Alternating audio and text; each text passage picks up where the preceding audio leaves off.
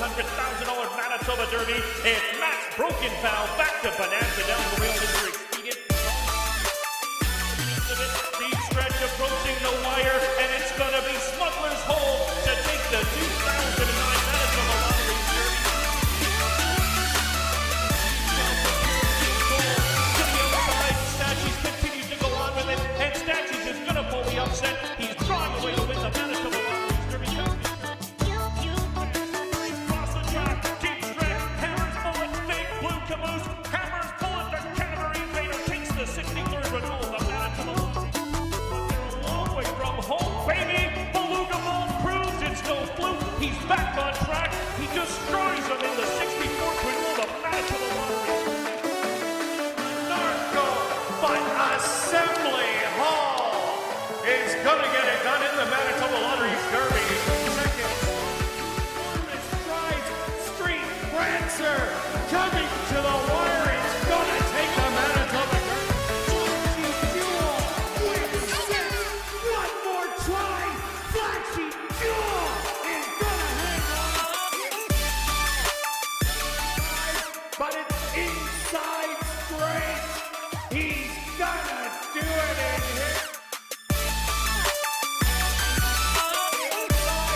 Escape quad, trying to battle back, but Pineapple is the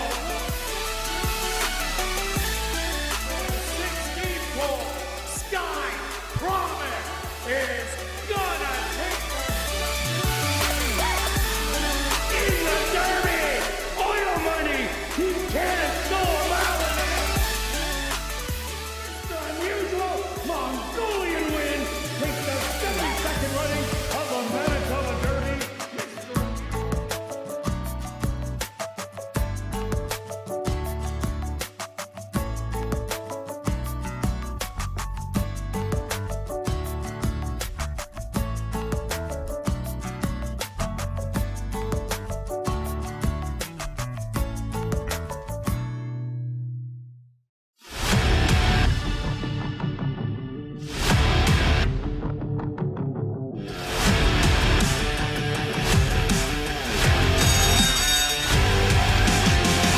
West Princess very far outside. Yeah, baby, she is gonna do it.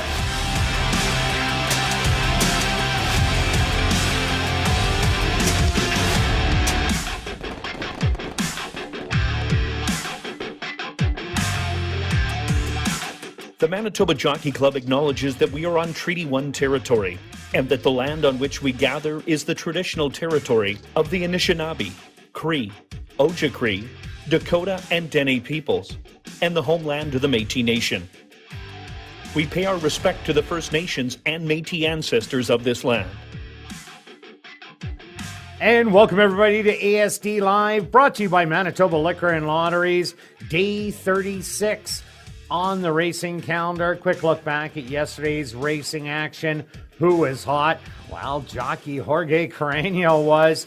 He had the hat trick on the card, the natural one, including spun line in the Portalis, the overnight stake for fillies and mares, and Chavi and Chow also with a good evening, winning two, and one of them being I Love My Life. In the CTHS sales stake on the trainer side, Jared Brown notched two more winners, so he's creeping closer to Jerry Gorno. Jerry's still on top with 27. Jared Brown now with 23. And Shelley Brown at 18. And jockey Jorge Carreño with that hat trick now up by 22 on the rest of the jockey colony. Stretch on the racetrack. What did you see yesterday? Yeah, we saw a little more speed bias continue as compared to a few weeks ago. We certainly had some gate-to-wire winners, and you might say, wow, the last race didn't go gate-to-wire. Well, that it's not going to happen on any kind of track surface when you open up 22 and change going a mile, and so on a three-way battle. On a three-way battle. So that set it up. And you always have to remember that just because you think that there's a bias, if the pace, it makes all the difference in the world. You could have a closing track, but if you have a slow early fractions, it's certainly going to change the bias based on that. So a couple good payouts. A pick 4 paid almost $1,400. Kirt, very good on your pick 5 over $300.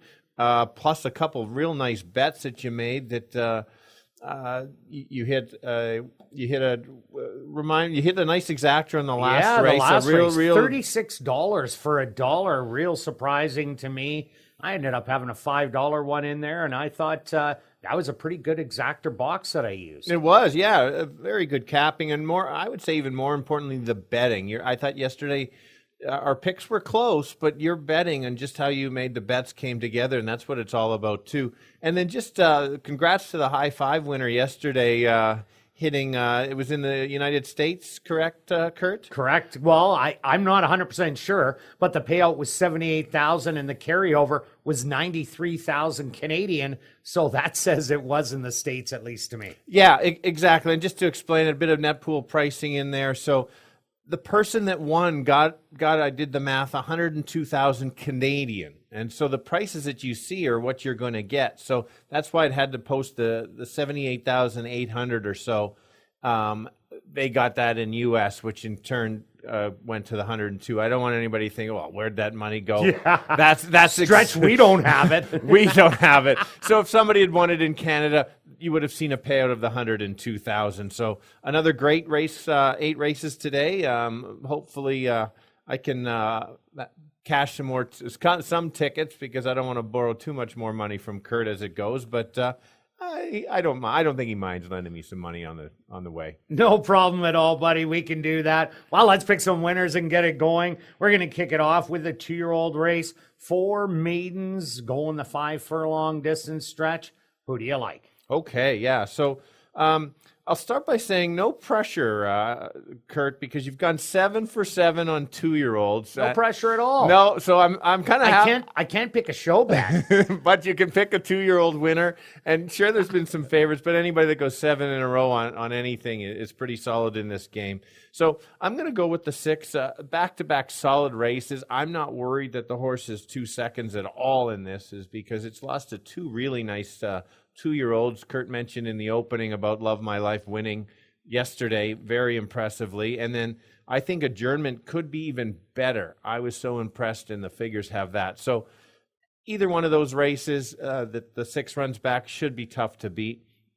I then went to the 4 as my second selection. I like the first run out, and I'm expecting to see some nice improvement on this horse. And sure, maybe it can't beat the 6, but I think it at least maybe close the gap, or like I said, those races are pretty solid. And then after that, I went to the Kentucky Bred on the 7. I like those last 2 works from the gate. So I've got it 6, 4, and 7. Yeah, I got the same as you, so let's touch on a couple of first-timers. The 2-horse Indio Time, the dad won the Breeders' Cup Mile, had 8 wins and $1.8 million in earnings. The mom was a 3-time maiden, and this is the first foal. Number 3, Mechanic Susie. The dad, Nonios, a 3-time winner, over $450,000 in earnings. And the mom, Quantum Mechanics, was a 3-time winner from 7.5 to a mile. And this is also a first foal. The 5-horse Endo. The dad, Fusiachi Pegasus, won the Derby in 2000, had 6 wins, $2 million in earnings. Regal, the mom, 6 wins from 6 to a mile and a 16th, over $156,000 in earnings. This horse had 8 siblings. The one we all know, Sizzlin' Susie, she's a 4-time winner in the breed program, $37,000 in earnings. And number 7, Salto del Lupo, the dad had 7 wins and was $1 million earner. And the mom just won the maiden going 5 furlongs, but that was in Chile. The most notable one, the full sibling to this, is a 12-start maiden. But I'm with Stretch. I really like number 6, Prairie Drifter, beaten by a couple of monsters. I don't see a monster in this field, so I took that. Viral, I expect to improve. And Murray Duncan, he's a 25% win clip. Doesn't have a lot of babies, so watch out for this one. I'm with Stretch, 6, 4, and 7. Now we're carrying on to race number 2, a $5,000 claimer. For fillies and mares 3 and up that are maidens are going to go 6 furlongs. Scratch number 1, No Jojo. Stretch, what do you got? Okay, I landed on the 4 as my top selection in here. I thought last time the horse was in too tough, but actually the horse ran better than I expected. So I always like to see that. Two-back was a nice effort, showing some speed in here. There isn't that much other speed in here, and I think this horse can potentially go gate to wire. I just like that. Only has 5 starts, so there's kind of room for improvement. After that, got the 3 is my next selection. Has woken up the last 2, showing some speed, but I don't know what we're going to do. Is it going to improve that much more? There's just been so many chances, so got to use the horse for sure. But I'm losing hope on that horse. Kirt has not lost hope on that one, so that's fine. And then I'll go to the 7 as my third choice. Main reason is the others have 8 starts, 17 starts, and 20 starts. Kind of know what you're getting there. This only has 2. I am searching for a horse to come in here. So I'll give you 4, 3, and 7. Yeah, I got the same top 2 and stretch. I do think that Wits Queso will go to the front end with Victoriaville not too far away. This horse has ran in the Z pattern the last 2 times, showed speed, fell back, came back on. Last time out, the 3 horse was hemmed in on the rail and pressuring, pulled out of it, went to the outside, and I really like that the horse came on at the end, and that was only going 5 furlongs, now gets 6 furlongs today, and Wits Queso will be in front, but I think Victoriaville will like the 6 furlongs a little bit better. I like both of them, but I'm going to put Victoriaville on top. Wits Queso, I think, is a speed, like I said, and will hang around for a big piece. And the 5 Zebo, this is a horse that is improving, had some good races way back when and hasn't been showing any of those, but that was the best race to date last time out. This is a compact field. If you're looking for a big upsetter, I think it could be number 5 Zebo. So I'm taking 3, 4, and 5. Now we're carrying on to race number 3. It's the Elite Mercedes, the overnight stake for the older boys, going a 1.16 mile stretch. Looks like we like the same too. Yeah, well, I think we've seen this horse run enough times, and just seeing how good this horse. I think out of the top local horses, it'd be hard to argue that this is not one of the top 2, or at least I think so anyway. Last time had to race against Soy Tapatio. It looks like I call it Tapatio, but it was Tapatio. Oh, Tapatio. See that? Look at that. You don't even get it right every time. But anyway, no. which is rare. Which is rare. You always seem to. Anyway, this horse tried to go for the win last time and battled every step of the way with that horse and just got tired late. I don't think you're going to have that kind of battle this time. We know why I've liked this horse so much is because that one race the horse came off the pace. I was so convinced me how good this horse is. This horse potentially can go right to the lead, but if somebody else goes, you can certainly see this. The horse Chow can kind of take back after that. I'll go to Plentiful. Why wouldn't you take this horse? He's just earns money. He's always right there. He's actually sitting on a win. I think if the 4 wasn't in here, it'd be an absolute prime play for me, and probably even Kirt as well. If there is a big duel maybe between the 4 and the 6, and maybe somebody else tries, maybe Courageous, then it sets it up for Plentiful. If the 4 just gets away, Plentiful's probably running for a second, but I think it'd be a handily second. And I went to 6 as my third selection, only because it's potential that the 4 could go and 6 could chase. If you look at the last race on the 6, basically stalked and then took over.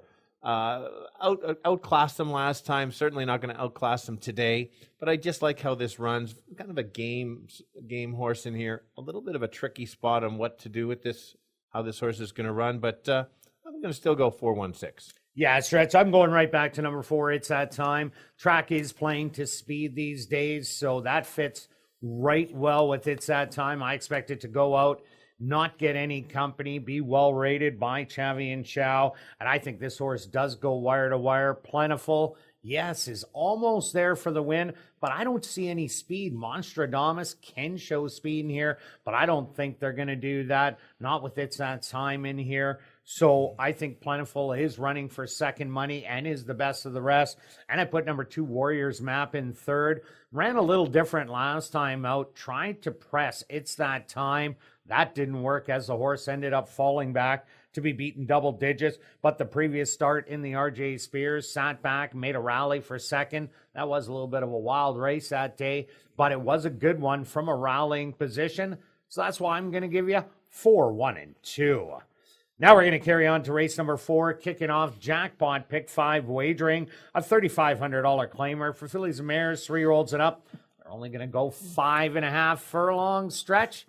What do you got besides a little sneeze cough or a cough hiccup? and a sneeze? Was that a and sneeze? That was a kind of a. I didn't want to Wow. interrupt. You were giving the details. Oh, that's okay. And I didn't want anybody to miss. So that live TV gets you every time. Anyway, lots of early speed in here. We just got word on that late scratch. Kirt walks in. I got a late scratch for you. The 7 Mermaid Kisses is out of race number 4. Yes. Thank you for that. Anyway, that changes a little bit. I still think there's a lot of early pace in here. So therefore, I've decided to find a closer in this race. This horse has won at this level last time out. I did like him last time. I'm going to go back to him again. And that's the 5 River Deputy. I just think this horse is going to sit behind some of the other speed. Yes, the 4 could steal it if it gets loose. It has the class, but I'm going to try to beat him in here. Morning line 6-1 with that scratch. Probably it's going to drop it a little bit, but still going to take a shot in here to try to upset the favorite. Totally agree with Kirt's selection, though. Makes the big drop. The only thing is we've seen some of these horses have these big drops. A couple have won and a couple have not won. So would it be a prime play for me? I don't think it is. We'll have to wait to see if Kirt's keying this horse in the pick 5 in here, but we'll have to wait and find out. Horse has the speed, certainly can right there. Look, in fact, this horse was in front of Kate's Princess last time, and wow, that's hard to do. And then Kate's Princess did get left. Good point. Good point. You're absolutely right. I forgot about that. Yes, thank you for reminding me and everybody else. No problem. Anyway, how big was that? Also, I'm scratching into the 3 as my third. Was my 4th. Now it's the 3rd selection. I just think this horse is on the fringes to be in the money. I've got it those top 2 horses. And like I said, it was a late scratch. So you may want to re-handicap the race a little bit. 5, 4, 3. Yeah, number 4, just a tap in. This is a massive drop in class. Missed the $75 and the $5,000 level. Right down to 3,500. Tons of early speed. Yes, there is other speed in here, but it is cheaper speed than just a tap in has showed. That race 2 outs ago, 95 cents on the dollar, ran second. That was a courageous race. If that race comes to play today, this horse probably will go off at about 3 to 5 at post time, but definitely is the one to beat. Another horse I like in here at a price, number 1, I Know What I Mean. Started off the campaign really well with 2 wins, then hit some tough horses, did the battling at the $5,000 level, and just got tired late going 6 furlongs. Came back going 5 furlongs and ran into Liaison Tune, who just sizzled around the racetrack that day. This is another one that drops, had a bit of a layoff. Inside tactical speed. If there is an upsetter at a big price, I think this could be it. And I do like Stretch's top selection, River Deputy. If there is an all-out speed jam on the front end, River Deputy has run 3 solid races in a row and was close to Cabo Dorado, Know What I Mean, and then 1 going 7 furlongs. So this is the deep closer. So I like 4, 1, and 5. Now we're carrying on to race number 5, kicking off $50,000 guaranteed pick 4 wagering. A race for Manitoba, Saskatchewan, North and South Dakota bred filly and mare maidens. They're going to go 6 furlongs stretch. Who do you like? Yeah, we've got this is a replay or re-entered for last Monday with the storm that canceled the entire races. Most of them are back in. We do have 1 extra horse that got added, the 3 horse, the filly, that has some speed, and that it adjusts it for sure. I did keep my selections because I was hoping to get some speed. I think Kirt adjusted his a little bit. Oh, I definitely did. Yeah, and so that's what you have to sometimes do. I went to the 4 going Commandee would be the horse. I like the basically last time was on the outside. He's going to get a nicer trip. Was entered on the rail last Monday. I think just coming off it a little bit, it's just going to get a nice trip behind. But 4, 5, and 6 were all within about a length and a half.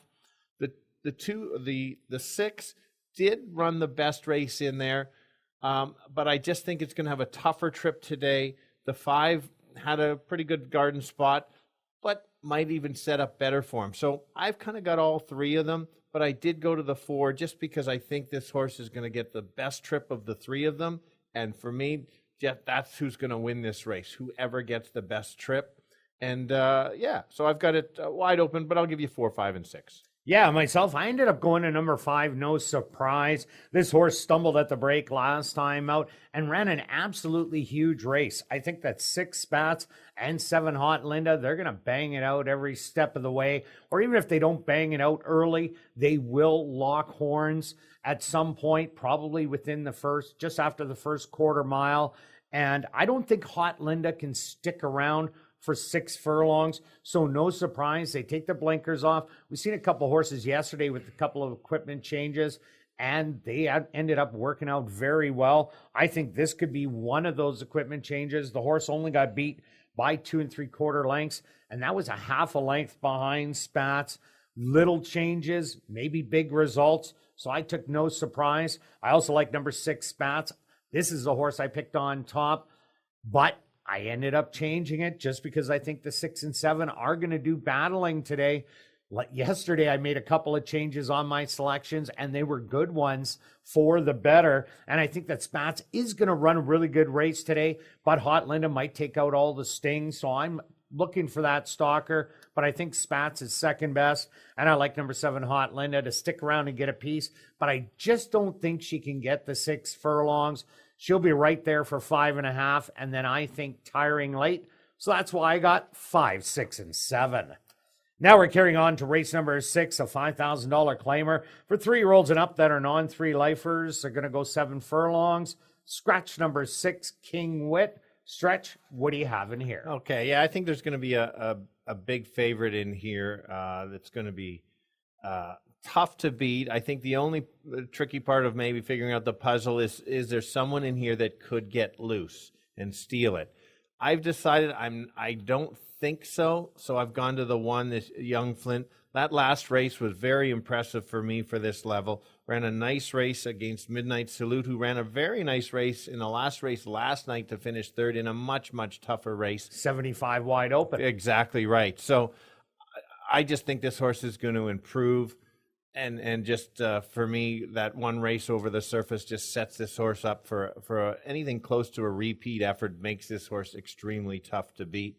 I did go to the 2 horses, my second selection. You're saying, how could I take a horse like that really hasn't finished a race very well? Well, take a look at those really sharp works and the blinkers come off. And if you look down the lines at Woodbine, this horse showed some speed, getting the lead at 7 furlongs in Woodbine at a much higher level. This is a type of race that if you're going to beat the favorite, it's probably somebody that could get loose. And I think that if this horse suddenly can turn it around and handle the dirt, then certainly can be right there. This would be the kind of the last chance to use this horse. We're going to get to see what this horse can handle. And then I'll use the 5 as kind of my fringe play to help it pay a trifecta or even an exactor if the 2 doesn't take it. This horse always kind of closes a little bit late. I don't think it can beat the 1. It can only beat the 2 if the 2 really doesn't like the dirt. So I'll go 1, 2, and 5. Yeah, I'm with you on number 1, Young Flint. What a great race. Midnight Salute was dropping into that 5 non-3 and did get the job done in there. But Young Flint tried all the way to the wire. Did get a little bit tired, but had been off since early May. Now that it has that tightener, this is definitely the horse to beat. But I also like number 7, Obstructed View. Well, couple of same reasons that Stretch likes. A horse that might get loose and blinkers off. Number 7, when this horse didn't have blinkers down in Turf Paradise, look at those fractions. 45, 111, opened up 6 lengths. Yes, the horse did get caught in the end, but wasn't wearing blinkers then. And the horse showed that big speed. If it shows that today, opens up 5 or 6 on the field. Yes, Young Flint will be coming, but Obstructed View just might be long gone. So that's why it's my second selection. And I do like number 2, Soul Freedom. Same reasons as Stretch, sharp workouts with the equipment change. So I give you 1, 7, and 2. Now we're carrying on to race number 7, a $5,000 claimer for 3-year-olds and up. They're only going to go the 5 furlong distance. Number 1, My Father's Eyes. Make the jockey Chavi and Chow stretch. Who do you like? All right, let's start with full disclosure so I can cover the people when I don't get the race right. I think it's a very tough race. Yes, I'm giving out my picks in here for sure. There's no win bets for me. I don't disagree with Kirt's selection either. There's so many ways that this race can go, and in this case, there is so much speed in here. You could get one horse could get loose. You could have 4 dueling horses. One of the speed horses, the jockey could take back, sit, and make the run late. So that's how tough I find this race. We'll see if Kirt thinks it was tough or he just knows it's a standout for him. But it'll be interesting to find out his angles here. I'm using the Mountaineer horse for a few reasons. Yeah, the limited success from Mountaineer. But I like this horse does not like the turf. The first win out of 17 starts, but 1 on the turf. So that tells me that the horse is certainly sharp to win on a surface that it doesn't like. Take a look at the Turf Paradise races, especially that March 22nd race. Raced against Major Munnings. Put that horse in here and watch out. This horse would be tough. I just think Carino could get the lead and just keep going. I am searching in here, but that's kind of why I use that horse on top. Absolutely need the 4. This horse is showing us how sharp this horse can break. That last race was such a nice race. Yes, it didn't win, but that was a tough field. Lost to Yola, who's a dropper that didn't belong in that race. And then in case there's a small all-out duel, here comes the Bombers from the back, and that's the one, My Father's Eyes. Everybody else doesn't really close. This one can if it gets the trip. 30-1, could it be even higher? You'll see in my pick 4 that I have a fair amount in here. It's called all. Anyway, 3, 4, and 1. And myself, I do like Big Tony a lot in this race. This horse hasn't run a bad race since arriving at the Downs, won 3 in a row. And I didn't think that Big Tony had the speed that he did. He'd just come out of the gate and it looked like he was lollygagging a bit. But then he would just easily open up on the field and cruise to victory, hit the first level allowance. That was just way too tough. But last time out in the 75 wide open, there was a pile of speed in there, put them all away, and it was Yola coming from dead last to swoop on by and get the win, and Simple Man was in a stalking role behind that speed. I think this one has hit a softer field than it's seen in the last 2, and that's why I'm giving Big Tony a big shot. I also like number 2, Freudian Sip. If this horse comes off the pace, I like it a lot better than if it tries to go bang heads like it did 2 outs ago against Wits Coco, who came back to win. Last time out, sat behind and came with a flurry at the end, only to lose by a narrow nose. I think this horse fits well, even though it's a jump up to the 5,000. But I like him. And another long shot, well, stretch, coming off the pace. That's number 7, Shooting Money. 3 outs ago, this horse ran a lights-out race, only beaten a half a length to trump him, then ran an even effort, and last time out, tried to press the front end. I'm throwing that last one out. If it comes from off the pace, this could be bombs away. So I'm giving you 4, 2, and 7. Now we're carrying on to race number 8, an allowance non-2-lifer. For the boys 3 and up, they're going to go 6 furlongs, Call the Cops. Gets Lasix today, stretch. That looks like who you like. That is the one. This is, I think, the last race that from the Monday to get all the races in, I believe, are pretty much close to it. We've got, it's a good race for sure. I went to the 6, just like Kirt says. And he wasn't in this race. He was not. Time. He was in the 10-on-3-lifer. Sorry, I took your stuff. Oh my gosh! Sorry, just reading the notes. I've only got so many notes to go. I don't have any notes. Sorry. Exactly. So anyway, I think this race is easier than 10-on-3. There was a Majestic Street was in the race. It was going to be tough to beat. So found a nice spot. This horse does have the option of going to the lead. What we saw last time. The race that I like the best is the one that came off the pace and lost to Not Afraid. Not Afraid ran huge, but they weren't beating him. But this horse was able to close, and I think if the horse doesn't get the lead and maybe the outside speed horse or the 8 horse goes, that's okay. Makes the move, gets the jump on him. That 6 furlong race is good enough to win. Even a couple back when it came off going long can win. Of course, good on Kirt realizing don't take the 9 first because, well, I've used him for second. Second, 7 of 15 races, 3 out of 4 in the distance running second. The distance, at least at 6 furlongs, would help. This horse will be closing late. So if the 6 gets battles up front and tires, maybe the 9 can beat them to just inherit the lead just because the others are tiring so much. But so maybe a good place or show bet on the 9. And then I'll go to the 7. If you look, this horse has not broken very well the last 2 out of the gate. Has to break much better to be in the mix. If it breaks, horse certainly can be in the trifecta for sure. If it doesn't, you better find somebody else. 6-9-7. Yeah, Call the Cops is my top play. Gets a cut back in distance from a mile and 7 furlongs. And those were a couple wild rides in the last 2. Call the Cops 2 outs ago. Made a power move off Suicide Fractions and then tired down the lane. But the horse looked like it was going to win by many. But that move was way too early. Last time out was a Suicide Duel on the front end. They went 47-4 to the half for these non-2 lifers. And that's just not going to stick around. I just liked a closer in there after I seen those first 2 fractions. I like Call the Cops that race. I said, oh, he's going to sit back right in behind the speed. Well, you know what? He went to the front. But that's jockeys and trainers. They make their moves. But I like that this horse is coming back to 6 furlongs. That Not Afraid race, that stand out to me. And Not Afraid has come back to win 2 since. So that is a key race. I do like Major Shepherd for the same reason.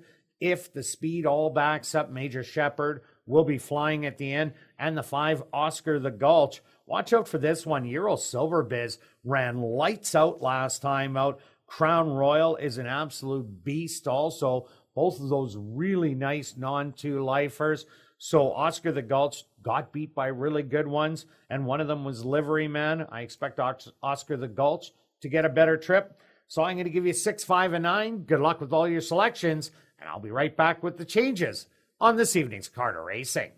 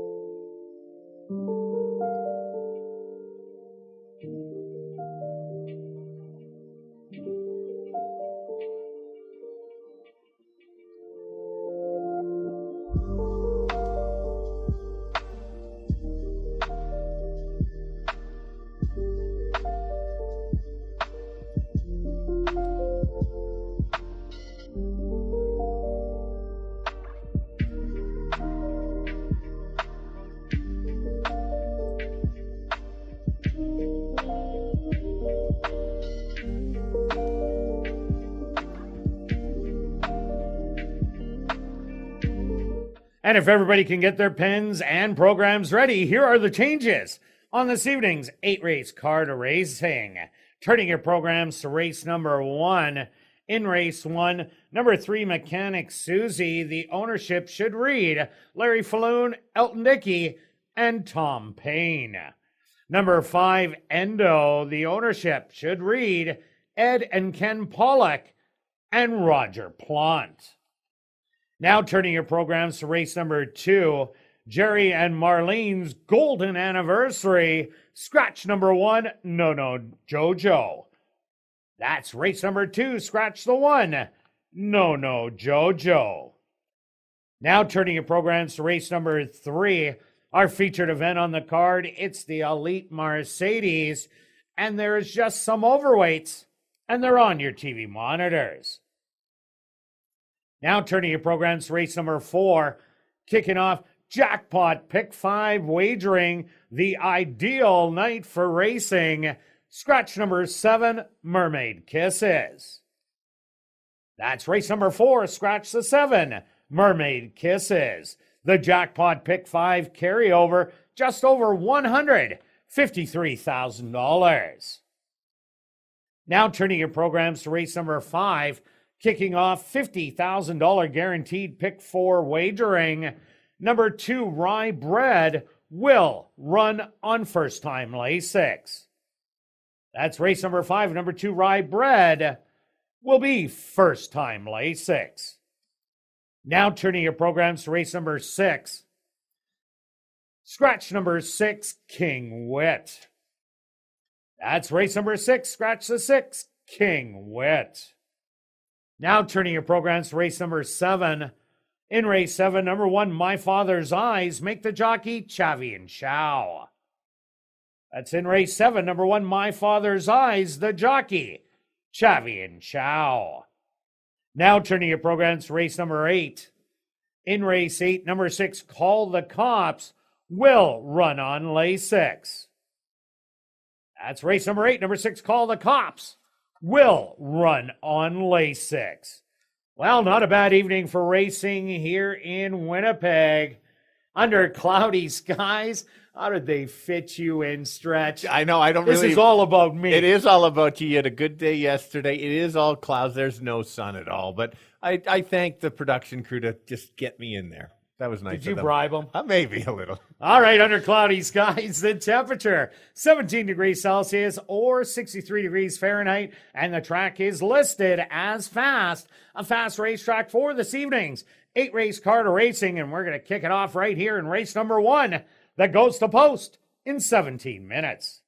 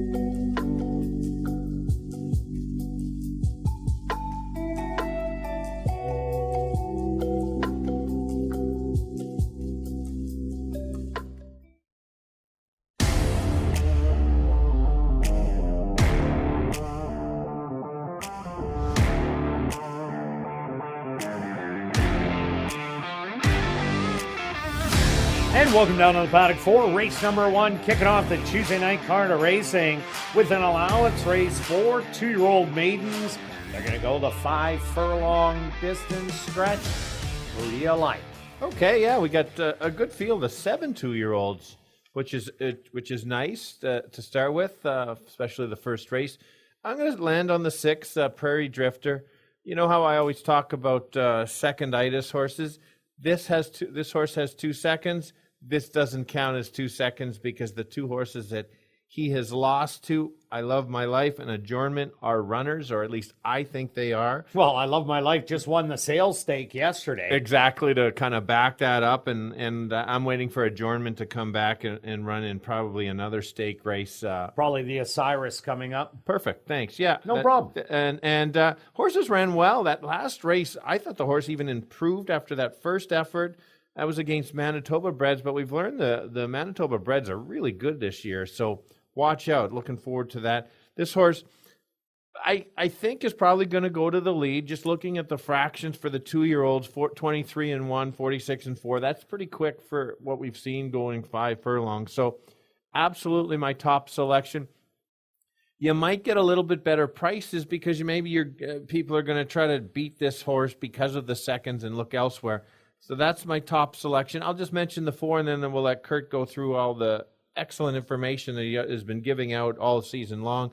And yes, the horse did lose to the 6 last time by 6 lengths. Correction, less than that. 4 lengths. We'll get it right. No, it's 6 lengths. 6 lengths, thank you. And but I think we've seen 2 starts. Horses after the first start improve so much. And I think that this horse can do the same. So don't just because the horse is beaten 4th, beaten 8, try to find somebody else. It was a nice first out race. So that's why I've got it 6-4. That's probably why Kirt also has 6-4. But what about unless you want to add something to those 2? No, those are the 2 that I like. I think the 4 is going to improve, and the 6 got beaten by a couple of monsters. Let's take a look at number 1, Backstreet Justice. The same sire as the 6, Prairie Drifter. That Ventral Wildcat seems to throw speed. Stage Classic, the mom, did not run. This one does have a full sibling, but is a 5-start maiden. The 2-horse, Indio Time. This is a first foal. The dad won the Breeders' Cup Mile. 8 wins, $1.8 million in earnings. The mom, a 3-time maiden, and not on the program if you're looking at that, has a July 15th work, 36-4 handily gait.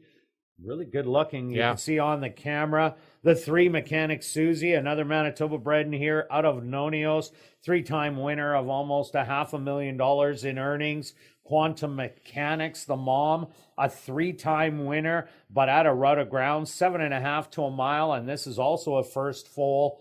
The 5, Endo, the Fusiachi Pegasus, was the Kentucky Derby winner in 2000, had 6 wins altogether, $2 million in earnings. Regal, the mom, 6 wins from 6 furlongs to a mile and a 16th. Over $156,000 in earnings, 8 siblings. 2 of them didn't start. An 8-time winner, $100,000. 7-time winner, 2 3-time winners, and a 4-time winner, Sizzle and Susie, who you'll probably know the best, as she is still running at the Downs through the Manitoba bred program. And now we're on to number 7, Salto del Lupo. The dad, a 7-time winner, a millionaire. And the mom, just fine, did win the maiden race, going 5 furlongs, but in Chile, and has a full sibling, and it is still a maiden, and it does run a rut of ground. Very good. Good stuff. You're finding horses in Chile. They're everywhere. Full credit to Julie. As you're talking, she finds the horse for you. She's on camera today, by the way, if anybody was wondering, as you should. Good stuff. Yeah, but myself, I think it's Prairie Drifter in here, just because I think Adjournment will come back to win. We've seen I Love My Life come back to win, and I think she's going to be one of those Manitoba breds that stay undefeated for a real long time. Yeah. All right. Well, let's go to our wagers. You got nothing more? All right. Let's go to our wagers here in race number 1, Stretch. Look at this. Oh, interesting. Look at you. Yeah. I like the angle. I like the angle for sure. I'm just going to go $20 daily double, 6 and 4. I like your bet. I like that for sure. And my bet is the $10 double, 6 and 4, and that's kind of to make my money back, make a little extra on the side.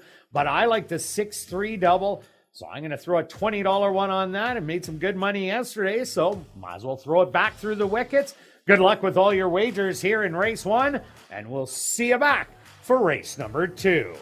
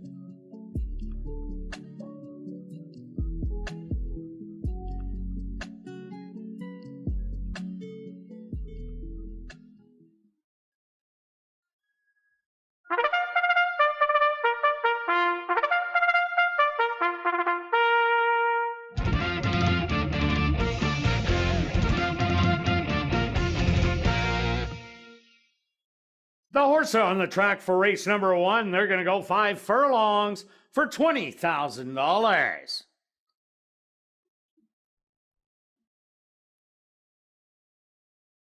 Number 1 is Backstreet Justice, owned by Dr. Betty Hughes, trained by Elton Dickey with Praven Badri. Number 2 is Indio Time, owned by Marvin and Deb Buffalo, trained by Marvin Buffalo with Ronaldo Cumberbatch. Number 3 is Mechanic Susie, owned by Larry Falloon, Elton Dickey, and Tom Payne, trained by Elton Dickey with Chavi and Chow. Number 4 is Viral, owned by Beth Kosh, trained by Stephen Gaskin with Ronald Alley. Number 5 is Endo, owned by Ed and Ken Pollock and Roger Pont, trained by Tom Gardaby Jr. with Douglas Bataloo. Number 6 is Prairie Drifter, owned by Dr. Betty Hughes, trained by Devin Gittins with Leroy Nelson. Rounding out the field is number 7, Salto del Lupo, owned by Murray Duncan and the estate of Gerald B. Stewart, trained by Murray Duncan with Tyrone Nelson. Post time for race number 1 in 2 minutes.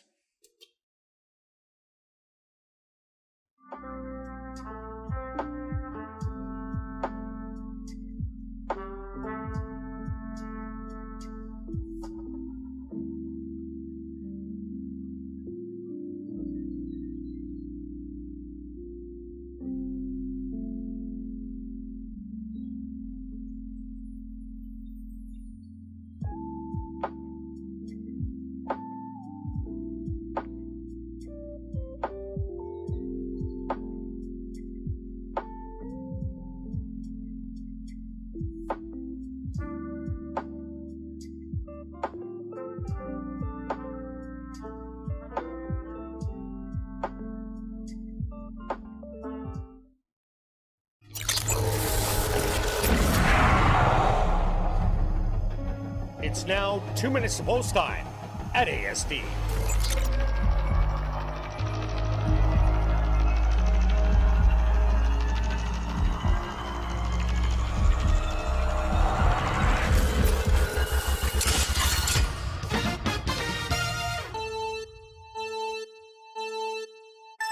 Here we go, kicking off Tuesday, going 5 furlongs for the youngster. The 2-year-olds, only 2 of the horses have run. That's the 4 and the 6. The 6 has run against some very nice horses, showing good early speed.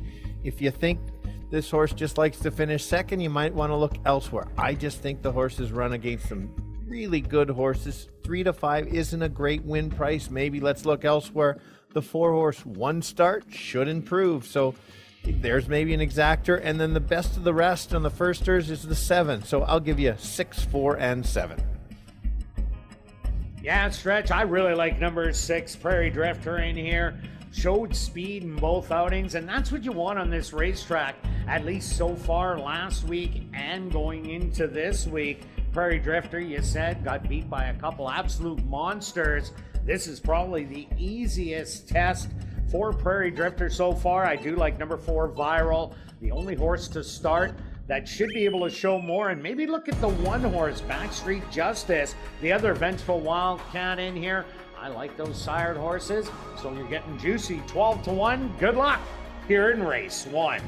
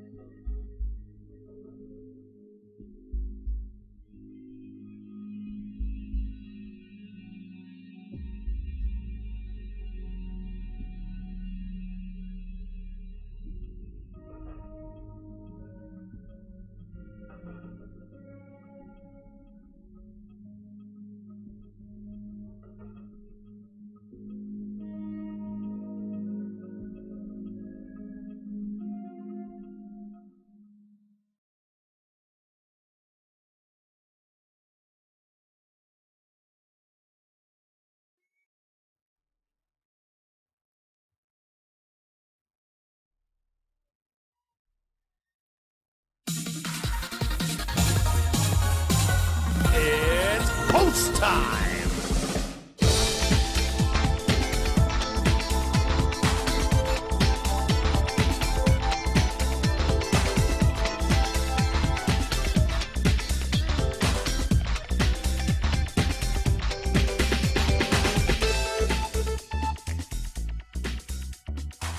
Backstreet Justice leads the 2-year-olds into the starting gate.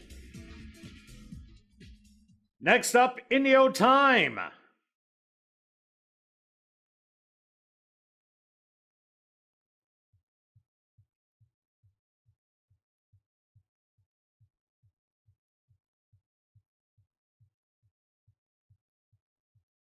Mechanic Susie's turn.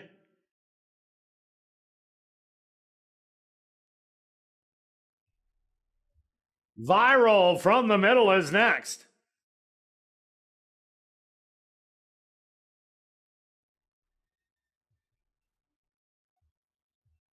Endo ready to walk up and in. Just 2 left to load. The 1 to 2 favorite, Prairie Drifter.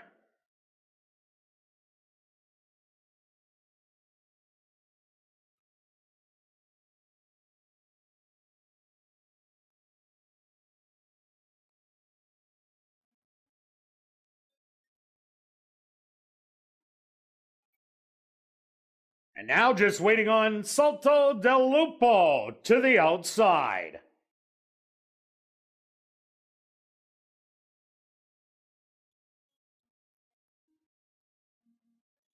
They're all set. They're at the post.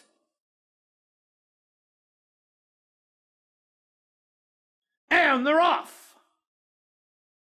Quickly, Prairie Drifter scoots out to grab the early lead by 3.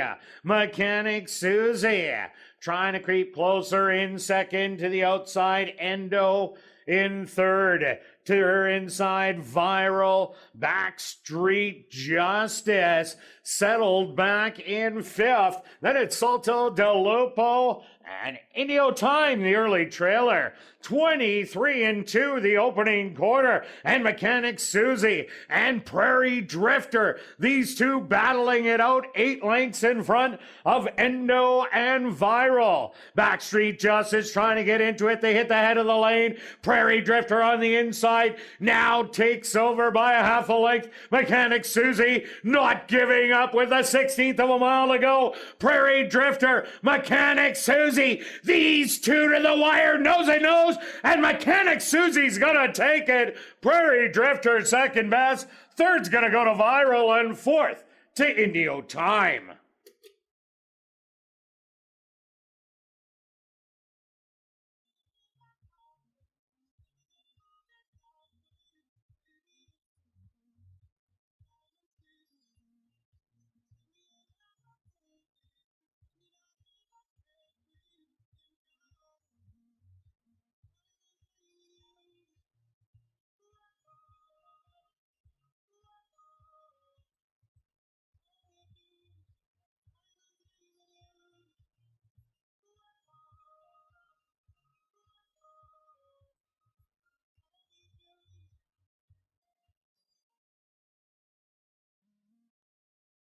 The Stewart's opposed to number 3, Mechanic Susie, as your race winner. Second goes to number 6, Prairie Drifter.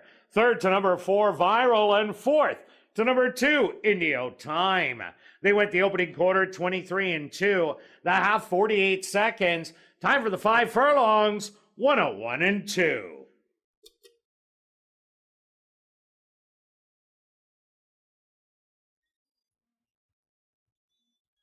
Ladies and gentlemen, please hold all tickets. A rider's objection here in race number 1.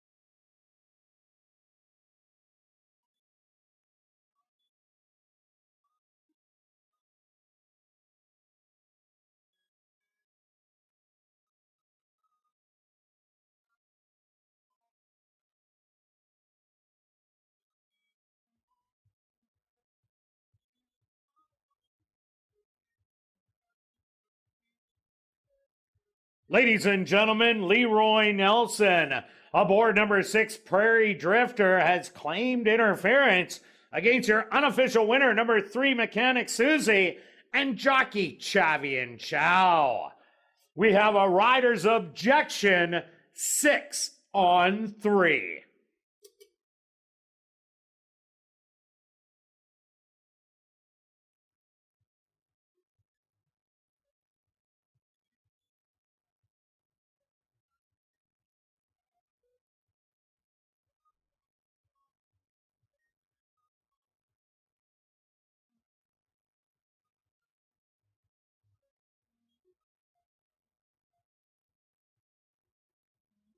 Now entering the winner's enclosure, the unofficial winner here in race number 1, that's number 3, Mechanic Susie. Mechanic Susie is a dark bear brown filly, 2 years old, by Nonios, out of the mare Quantum Mechanics by Einstein. Owned by Larry Falloon, Elton Dickey, and Tom Payne. Trained by Elton Dickey and ridden to unofficial victory by Chavi and Chow. Time for the 5 furlongs, 101-2. Number 3, Mechanic Susie, was proudly bred right here in Manitoba by Larry Falloon. Once again, ladies and gentlemen, we have a rider's objection, 6-3.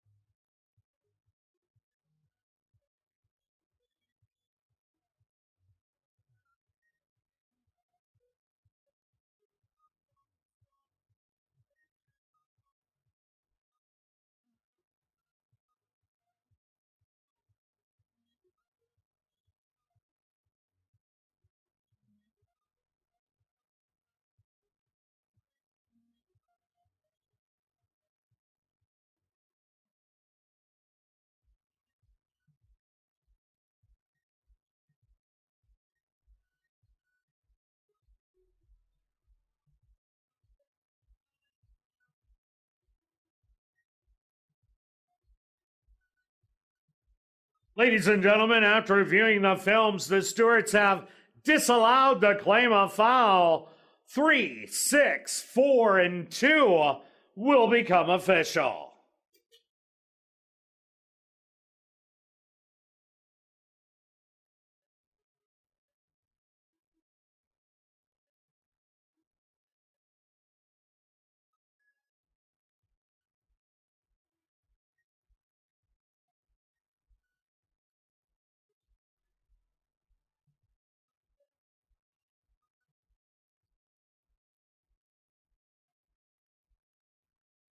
Race 1 is official in the upcoming second race. Jerry and Marlene's golden anniversary. Scratch number 1, No Jojo. That's in this the second race. Scratch number 1, No Jojo. Jerry and Marlene's golden anniversary. Here in race number 2, kicking off another pick 3.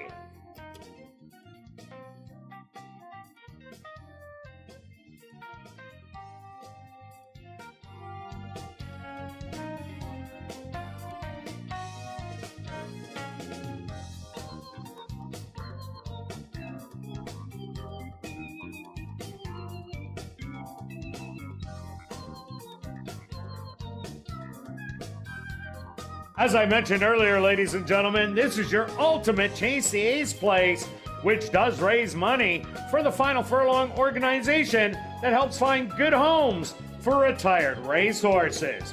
You can not only win the jackpot by picking the Ace of Diamonds, but you'll win $100 if you pick either Joker and are guaranteed $25 for every other card. Tickets are just $5 each and available in the lobby. And take note that Final Furlong coffee mugs are also available for a minimum $10 donation at guest services.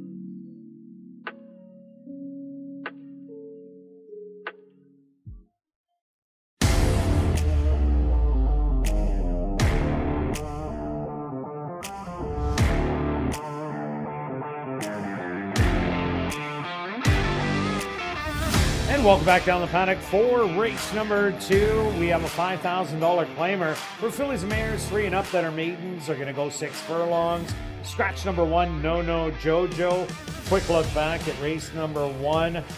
Wow, what a battle between Mechanic Susie and Prairie Drifter. But what's even more, the Manitoba breds are absolutely dominating the 2-year-olds this year.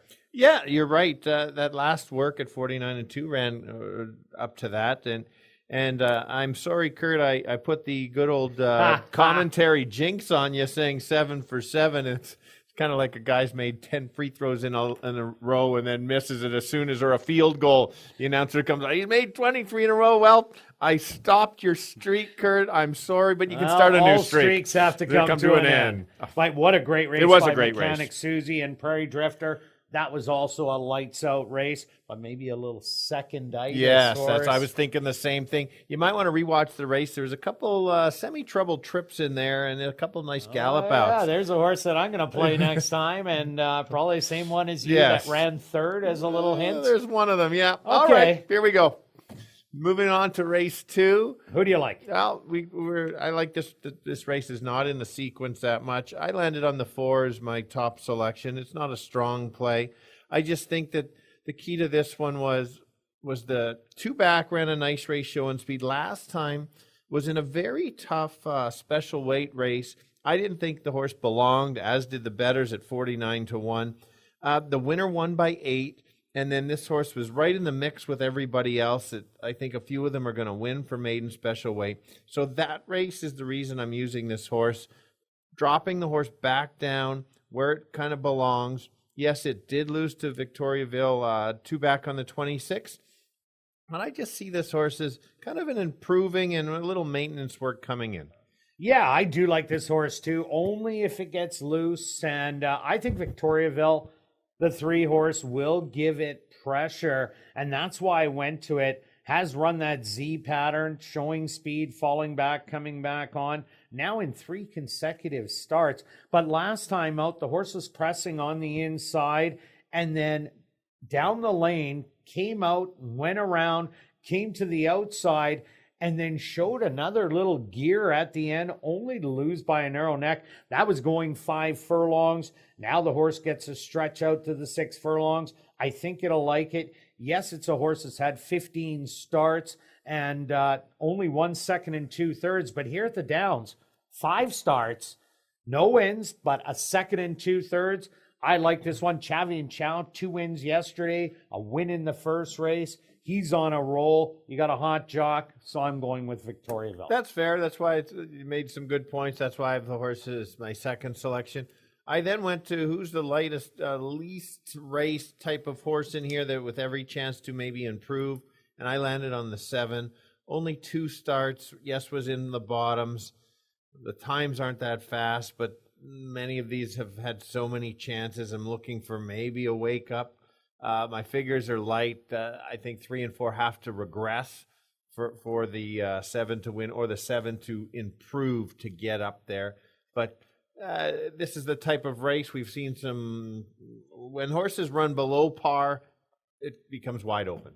Yeah, a horse that I like in here as maybe the upsetter, number 5, Zebo. This horse ran a really good race, second out of the year, ran third behind Sins and Wins and Wits Memories. Wits Memories has come back now to win 2 races, and very impressively. Last time out was beaten by Victoriaville rather handily by 4 1/4 lengths, but I just like that this horse seems to have gotten better in the last 3 starts. Won't be going to the lead, but should be sitting in front of the 2 Halos Phenomenon, 6 Diamini and in detention. So it'll be sitting third, right behind the early speed, which could be the 3 and the 4 horse. And I think just might get an absolute dream trip. Yeah, and that's very possible. You see that from time to time. The 2 favorites battle it out, and that's sometimes when you get your long shots when the 2 favorites want the lead or need the lead. So after that, it's kind of, guess you didn't mention your Halos Phenomenon that you kind of mentioned from time to time, and he shows up A few times you got him last year at 41-1 when he was closing. But you know what? Only 6-1 yeah, today. it's too low for you. And that is, I like him to do a rally in here. Last time out, broke slow. The time before, broke slow, but made up a pile of ground. And even that 7 furlong race didn't get out of the gate. We get Dwight Lewis on, post position number 1. Not the post position you want for a horse breaking slow. But I think this horse just might be able to get up and grab third or fourth money. But if they run in 115-3, 115-4, that's right up Halo Phenomenon's alley. Correct. And that's probably about what the time they're going to probably run it in. And so that opens it up for everybody. What about number 6, Diamini? This horse has showed speed in the past, not in the last 2 races, but previous to that did. Tyrone Nelson now hops aboard. Will that change Diamini's fortunes? Well, you need to find a change of something. There was that back class last year, and you never know. Maybe you've made some good picks when made a trainer change, or I'm sorry, a jockey change that just figures out how to make the horse run. Maybe. All right, let's go to our wagers here in race number 2. Stretch, start us off. Okay, I think it's a lot of favorites coming up here, so we're going to go at $10. Yes, a $10 pick. Ooh. 3. 4 with 4-5. I almost just went 4s across, but we'll throw in that bit of a long shot. You could play a $2 one. It would only cost $4. All right, myself, I'm going after the tractor. I'm doing a $5 tractor wheel. 3-4, 3-4 with 2-5. You can do a $1 one for $4. I'm doing a $5 one for $20. Good luck with all your wagers here in race 2, and we'll see you back for race 3, our feature race on the card, the Elite Mercedes.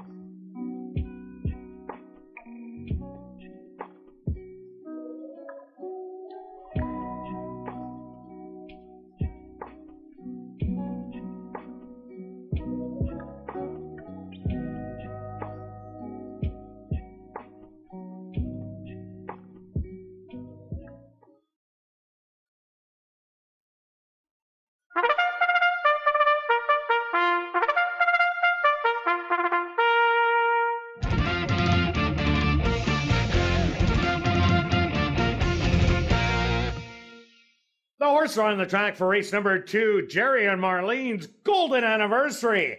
They're going to go 6 furlongs for $10,000. Number 1, No No Jojo, was scratched. Number 2 is Halo's Phenomenon, owned by RTM Racing, trained by Ryan DeJarlis with Dwight Lewis. Number 3 is Victoriaville, owned by Blair Kidd and Boss Baby Racing, trained by Blair Kidd with Chavi and Chow. Number 4 is Witt's Queso, owned by Henry Witt Jr., trained by Jerry Gorno with Praven Badri. Number 5 is Zebo, owned and trained by Bill Mooney with Lorena Bugeaud. Number 6 is Diamini, owned by Bill Meikle and Wind Answer Stable, trained by Wendy Anderson with Tyrone Nelson. Rounding out the field is number 7, In Detention, owned by Pierre Esquirol, Sheridan LaHoulier, and Daryl Paranica, trained by Wendy Anderson with Neville Stevenson. Jerry and Marlene's Golden Anniversary here in race number 2. They go to post in 4 minutes.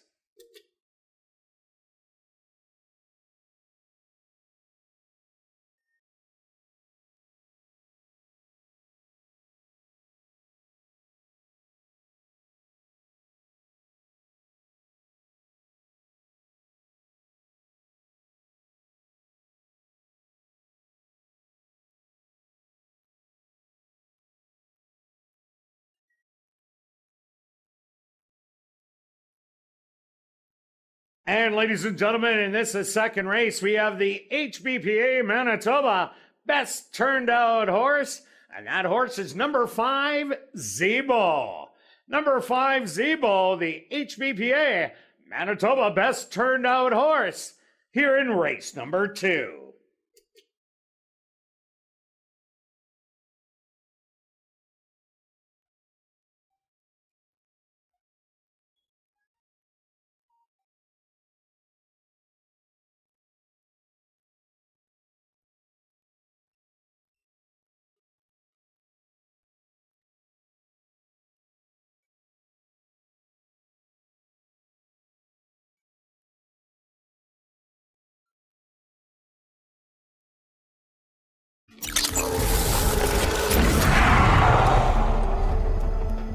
It's now 2 minutes to post time at ASD.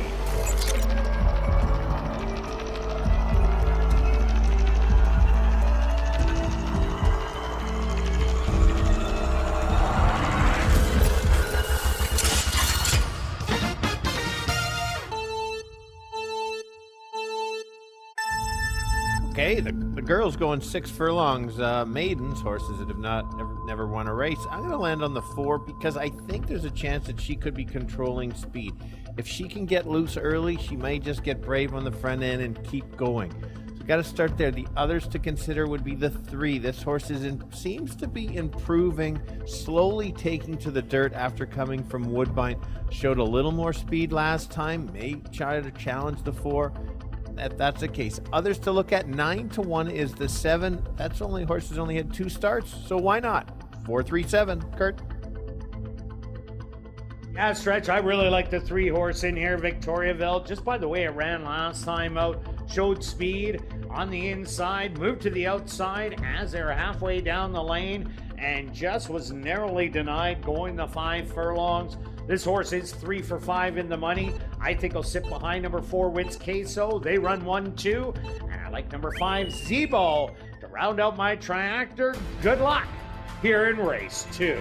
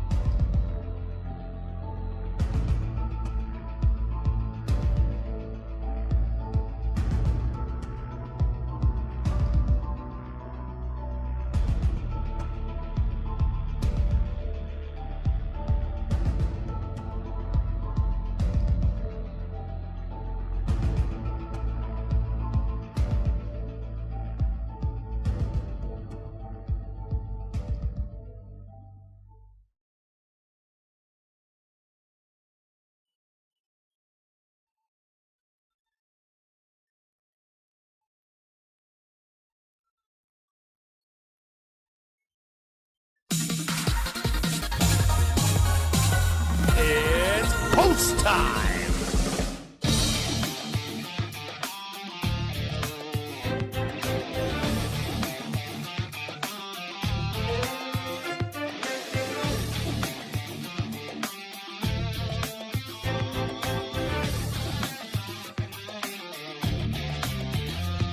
Victoriaville, the first to enter the starting gate. Who is the co-favorite with number 4, Wits Queso, also at 6-5. Zebo, the next to go in. Now Diamini's turn.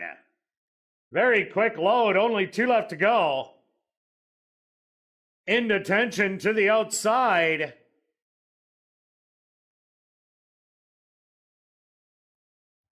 And now just waiting on Halo's Phenomenon.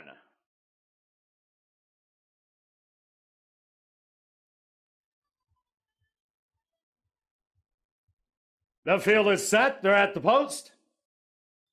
And they're off. Breaking a little slow was Halo's Phenomenon. From the middle of the track, Zebo was away well to the outside in detention. On the inside, Victoriaville now scoots on by and grabs a lead by a length. Wits Queso to the outside in second, 3 wide. That's going to be Zebo, 4 wide in detention. Diamini getting a dream trip behind those leaders in 5th. And then another 5 lengths to the trailer. Halo's Phenomenon. The opening quarter, 24-2. A rather slow pace with Victoriaville on the lead. In an all-out drive, Wits Queso to the outside. Back in third, Zebo coming up the rail. That's going to be Diamini, and Halo's Phenomenon is caught up to the pack. The half, 48-4. They hit the head of the lane. Victoriaville with the lead. Wits Queso back to second.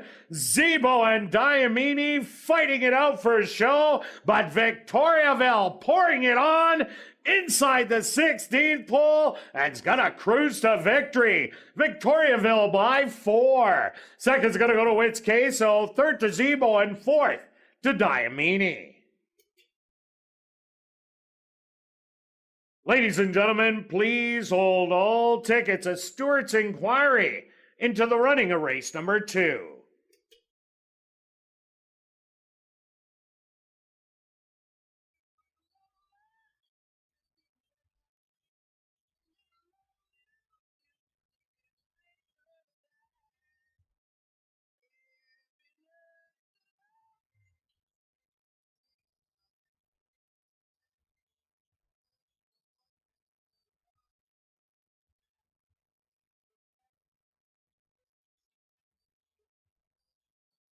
The Stewart's opposed to number 3, Victoriaville, as your race winner. Second goes to number 4, Wits Queso. Third to number 5, Zebo. And 4th to number 6, Diamini.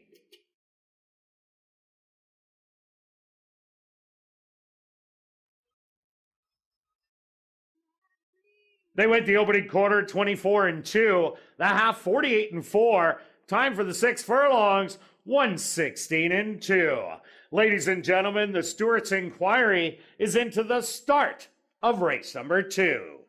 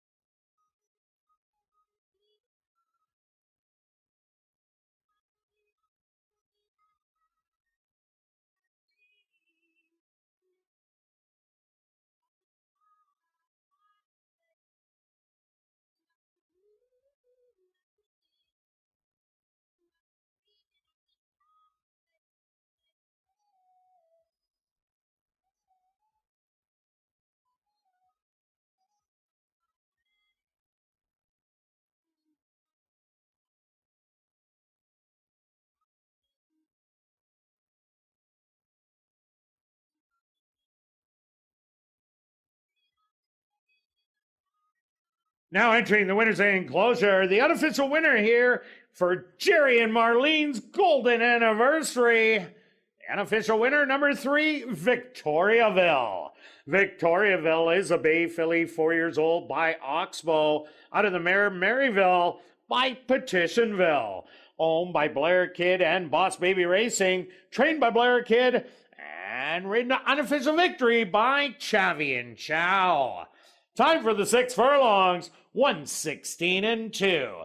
Congratulations goes out to jockey Chavi and Chow, who scores the early daily double, 2 wins for jockey Chavi and Chow.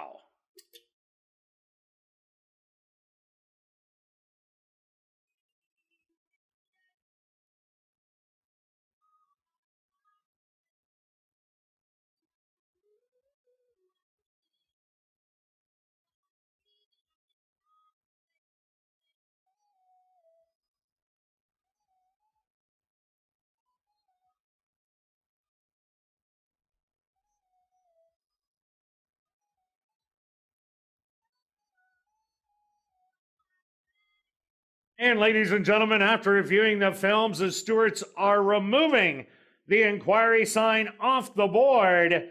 3, 4, 5, and 6 will become official.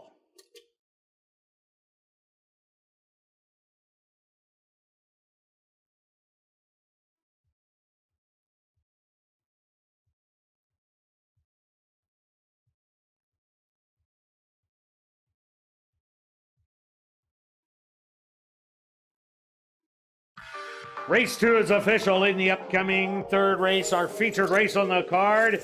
It's the Elite Mercedes. For the boys 3 and up, they're going to tackle a mile and a 16th, and there are no changes.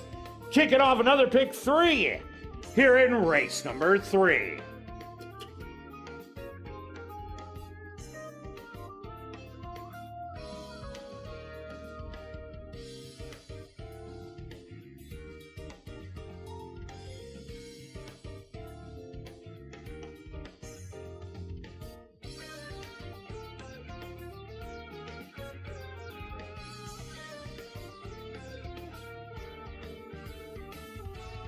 Are you new to Assiniboia Downs? Then check out the 140 VLTs located on the second level. They're open all day, every day from 10 a.m. to 1 a.m.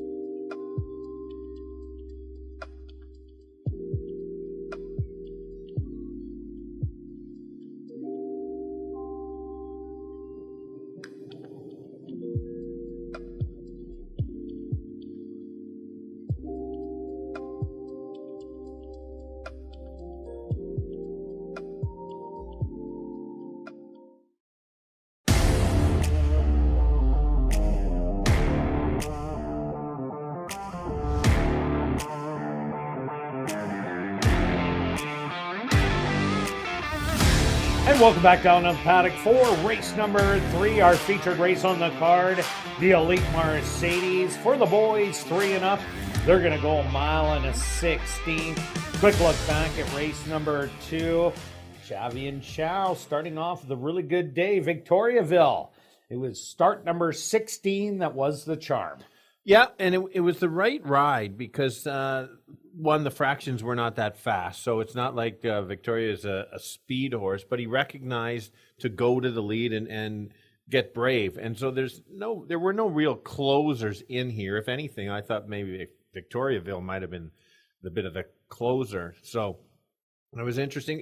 We'll have to find out to see if the track is playing slow. Now that we know those horses were. They should have went in 15 and change. It was a little slower in 16, but we know that you're going to throw together the numbers for us tomorrow. Exactly right. So we'll find out. Well, obviously, we've got to wait for all 8 races before we make a bold statement. Okay, stake and race. I like getting that triactor. $16. Yes. That paid huge. That was I'm sorry. Yeah. Field. Sorry to take that away from you. Yes, and a nice win and for only if you bet $1, you're getting 16. Got 83 with a $63 profit on a race like that. I'll take any profit. For sure. So will my wife. There you go. Good I think I owe her a few bucks along the line from all my show parlays.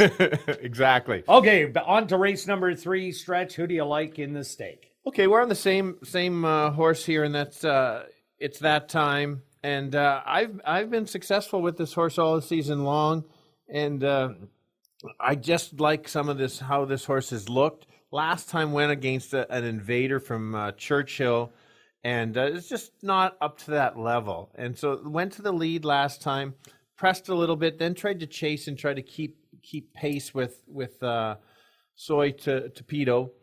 Tapatio, okay. Yeah, okay. A patio. It looks like a patio to me. All right. Anyway, and then tired late, and then Plentiful got up.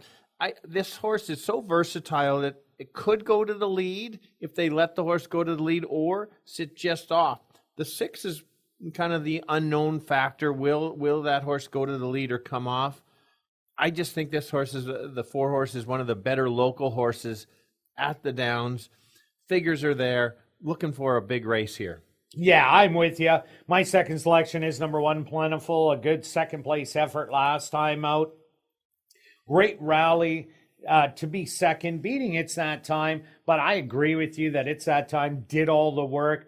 Plentiful now rounding back into form, had a good form going last year as this horse did win the Manitoba Mile and then ended up going on to win the Gold Cup with a couple of narrow defeats. Plentiful is a stalker in here, but if It's That Time does get loose, Plentiful will have a hard time getting the win, but I think it's second best. Completely agree with you. That's how I see it. And I'll just mention, as I've kind of mentioned already, is my third selection is the 6. I like that last race. Shows the horse doesn't have to go to the lead. If you look back at even the Golden Gate races, they are a little bit cheaper, but the horse can stalk. And just those last few races have been so good. Gets a nice workout coming in. And if they go a slow pace, maybe that's how Plentiful may not get second. If the 4 goes and the 6 just chases around in a slow dawdling pace, that's one way that the 1 might not get there. But I got it 4, 1, and 6. Yeah, another horse to look at, number 2, Warriors Map. Had a good second behind It's That Time in the RJ Spears. And then came back in the Manitoba Mile. Tried to pressure It's That Time towards the front end, but that didn't work out too well as the horse faded in the end. I like this horse sitting off the lead, maybe 3-4 lengths, and then making a charge. That's how the horse got its last win, going 7 furlongs at Sam Houston. So if that kind of a race does come out of Warriors Map, I think it does have a shot at getting second, but I did pick it for third. That's fair. Courageous hasn't shown much this year. It's only been a couple starts. This horse does have some talent and can wake up at a big price last year. Back in August, went gate to wire and paid over $22. I don't see the horse getting the lead, doing that, but maybe make note of this horse, maybe when the horse drops down, or just watch. Sometimes you watch horses run to see if they're going to eventually round into form.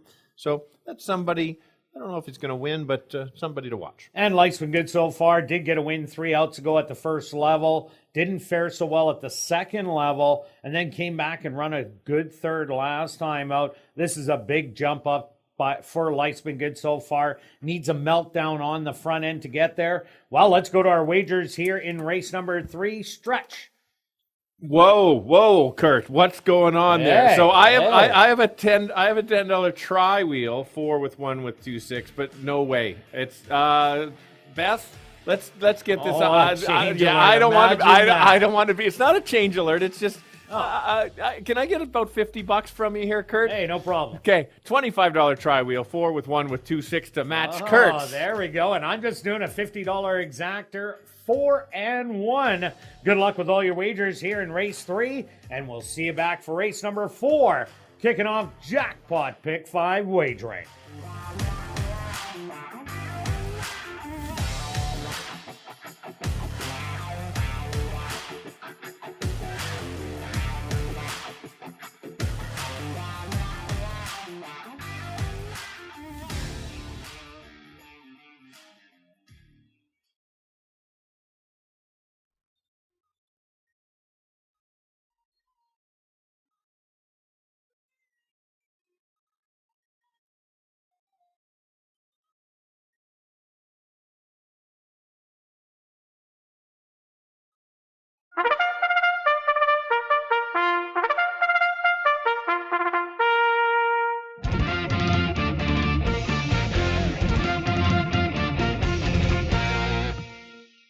Assiniboia Downs is proud to present our featured event here in race number 3. It's the Elite Mercedes Overnight Stake. For the boys 3 and up, they're going to go a mile and a 16th for $24,000.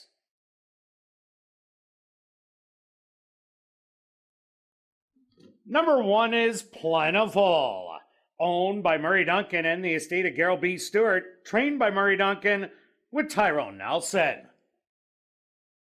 Number 2 is Warrior's Map, owned by Henry Witt Jr., trained by Jerry Gorno with Sheldon Chickeness. Number 3 is Courageous, owned by Hetty Kling, trained by Maria Stanford with Neville Stevenson. Number 4, It's That Time, owned by True North Thoroughbreds, trained by Michael Nault with Chavi and Chow. Number 5 is Life's Been Good So Far, owned by S&S Stables, trained by Maria Stanford with Leroy Nelson. Rounding out our featured field is number 6, Monstradamus, owned by Wind Answer Stable, trained by Wendy Anderson with Jorge Carreño. Following the running of the Elite Mercedes, Bob Gates, the track historian here at Assiniboia Downs, representing Larry Carter and his wife Sue, will make a presentation to the winning connections. Also, on behalf of Larry Carter and his wife Sue and Elite Mercedes, they would like to wish every horse and rider a safe trip in tonight's Elite Mercedes stake race. It was a great honor for them to have the race named after Elite Mercedes and to have raced here at Assiniboia Downs and to now still have the pleasure of owning and enjoying Elite Mercedes, and they wish they could be here and with us all to take in all the festivities. Post time for the Elite Mercedes in 4 minutes.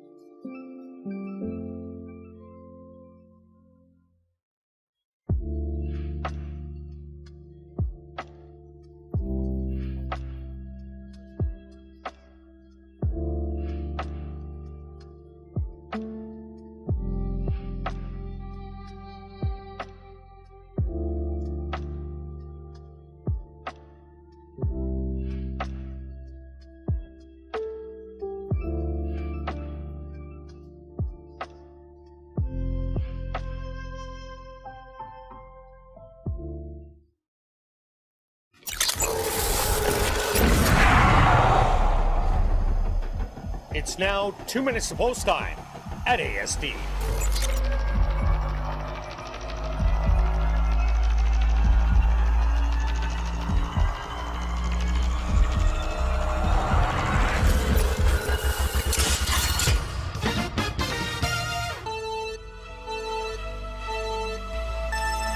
All right, we have some of the top boys running in a nice stake race here, field of 6. I've landed on the 4-horse. This horse is just running so game. Already has a couple of 3 wins, in fact, here at ASD. Lost last time to an Invader coming from Churchill Downs. Didn't disappoint in showing how good he is. Tired late. I don't think that's going to happen today. Should get a nice trip, maybe controlling pace, go gate to wire. Others to look at is Plentiful. He'll sit just off and make a late close. I'm looking for a slight price to complete the exactor of the try. 6, stocking trip, 416. Yeah, Stretch, I'm with you on number 4. It's that time. I think it's the controlling speed in here, Chavi and Chow. He's already won the first 2 races, and he did go wire to wire in race number 2, so it's that time. If it does get out there with the 2-length lead, I think this horse will not be caught. I do like Plentiful also to make a big late rally, and watch out for number 2, Warrior's Map. If he sits a little further back, I think that increases his chances. Good luck here in race 3.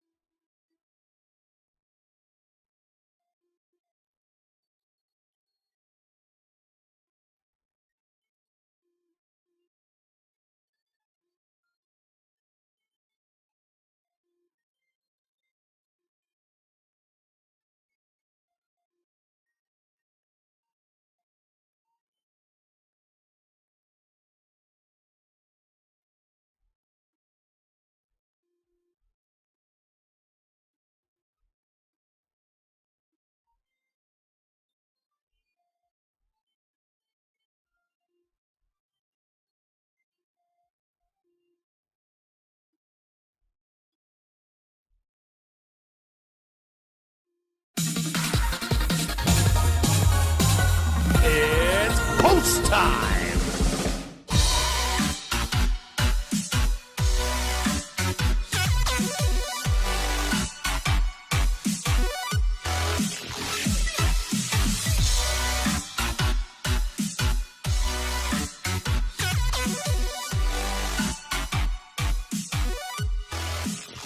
Plentiful leads the field into the starting gate.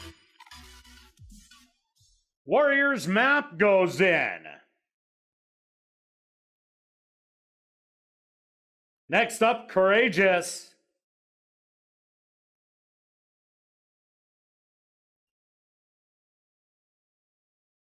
It's that time. Steps up and in. 2 left to load. Life's been good so far.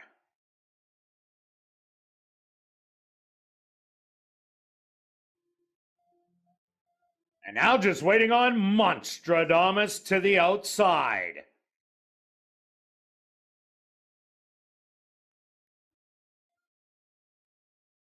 They're at the post. And they're off in the elite Mercedes. Breaking a little slow. Life's been good so far. From the middle of the track, it's that time. Shows some good early speed and is going to take the lead as they come by the grandstand for the first time. Life's been good so far. Now is recovered and went to challenge. It's that time. Monstradamus settled back in third, on the rail in fourth. Courageous. Then it's another length back. Sitting on the fence, Plentiful, and the earlier trailer is going to be Warriors Map. 22 and 4, a quick opening quarter with It's That Time. And Life's been good so far, battling it out. They're 2.5 lengths in front of Monstradamus. Courageous settled in fourth. Plentiful still patient in fifth. And Warriors Map, the early trailer. The half, 48 seconds. It's that time on the inside. Life's been good so far. Now Monstradamus is creeping closer in third. Plentiful starting to make the move, as is Warriors Map. And Courageous is now the trailer. 3/4, 112 and 4. 3 across the track. It's that time. Monstradamus to the outside. Plentiful has now hit the rail and coming for a big run. It's that time with the short lead. Monstradamus to the outside. Plentiful gonna try and reel him in on the inside, but Monstradamus has the lead at the 16th pole. It's that time. Digs back in. It's that time. He's gonna take the elite Mercedes. Monstradamus is second. Third's gonna go to Plentiful, and fourth to Warriors Map.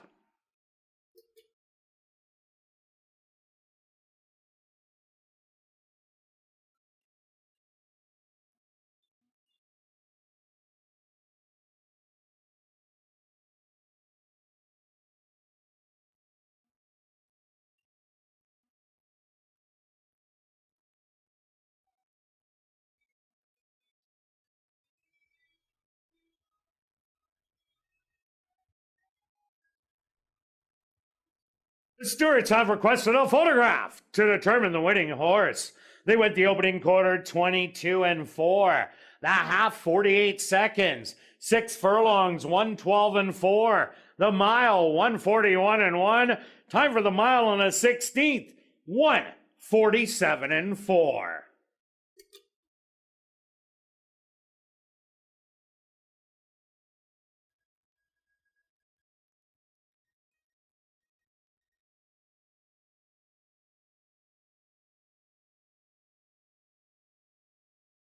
Results of the photo show the winner number 4. It's that time.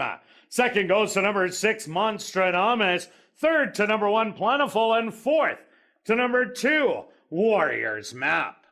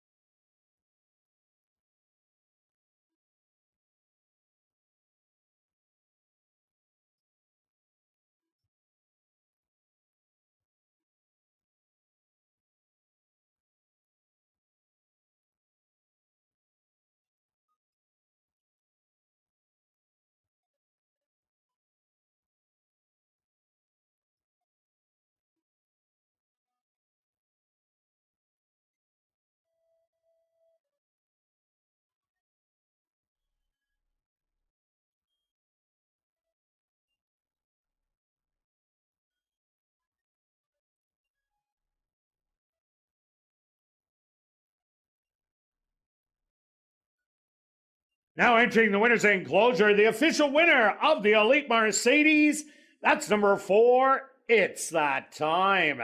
It's That Time is a chestnut gelding, 5 years old by strong mandate, out of the mare Magic Kitty by Stormcat, owned by True North Thoroughbreds, trained by Michael Alt, and ridden to victory by Chavi and Chow. Time for the mile and a 16th, 1:47.4. Assiniboia Downs is very pleased to have on hand Bob Gates, our track historian here at Assiniboia Downs, representing Larry Carter and his wife Sue to make a presentation to the winning connections. Also, congratulations goes out to jockey Chavi and Chow, who scores the natural hat trick.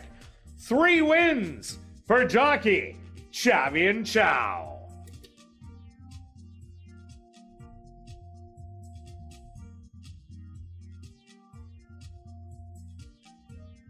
Race 3 is official in the upcoming 4th race. The ideal night for racing. Scratch number 7, Mermaid Kisses.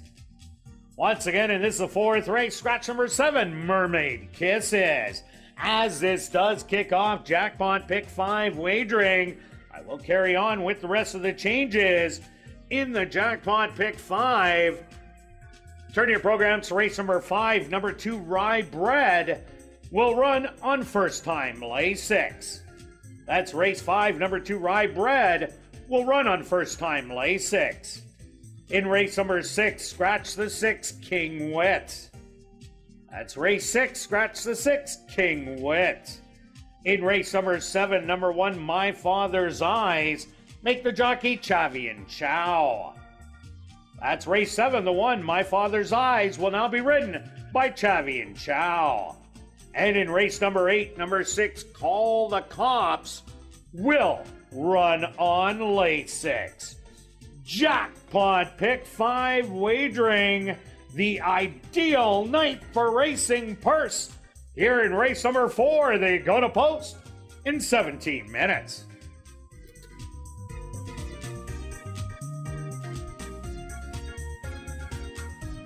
And yes, this is the first leg of the 20-cent wager called the Jackpot Pick 5 coming up here in race number 4.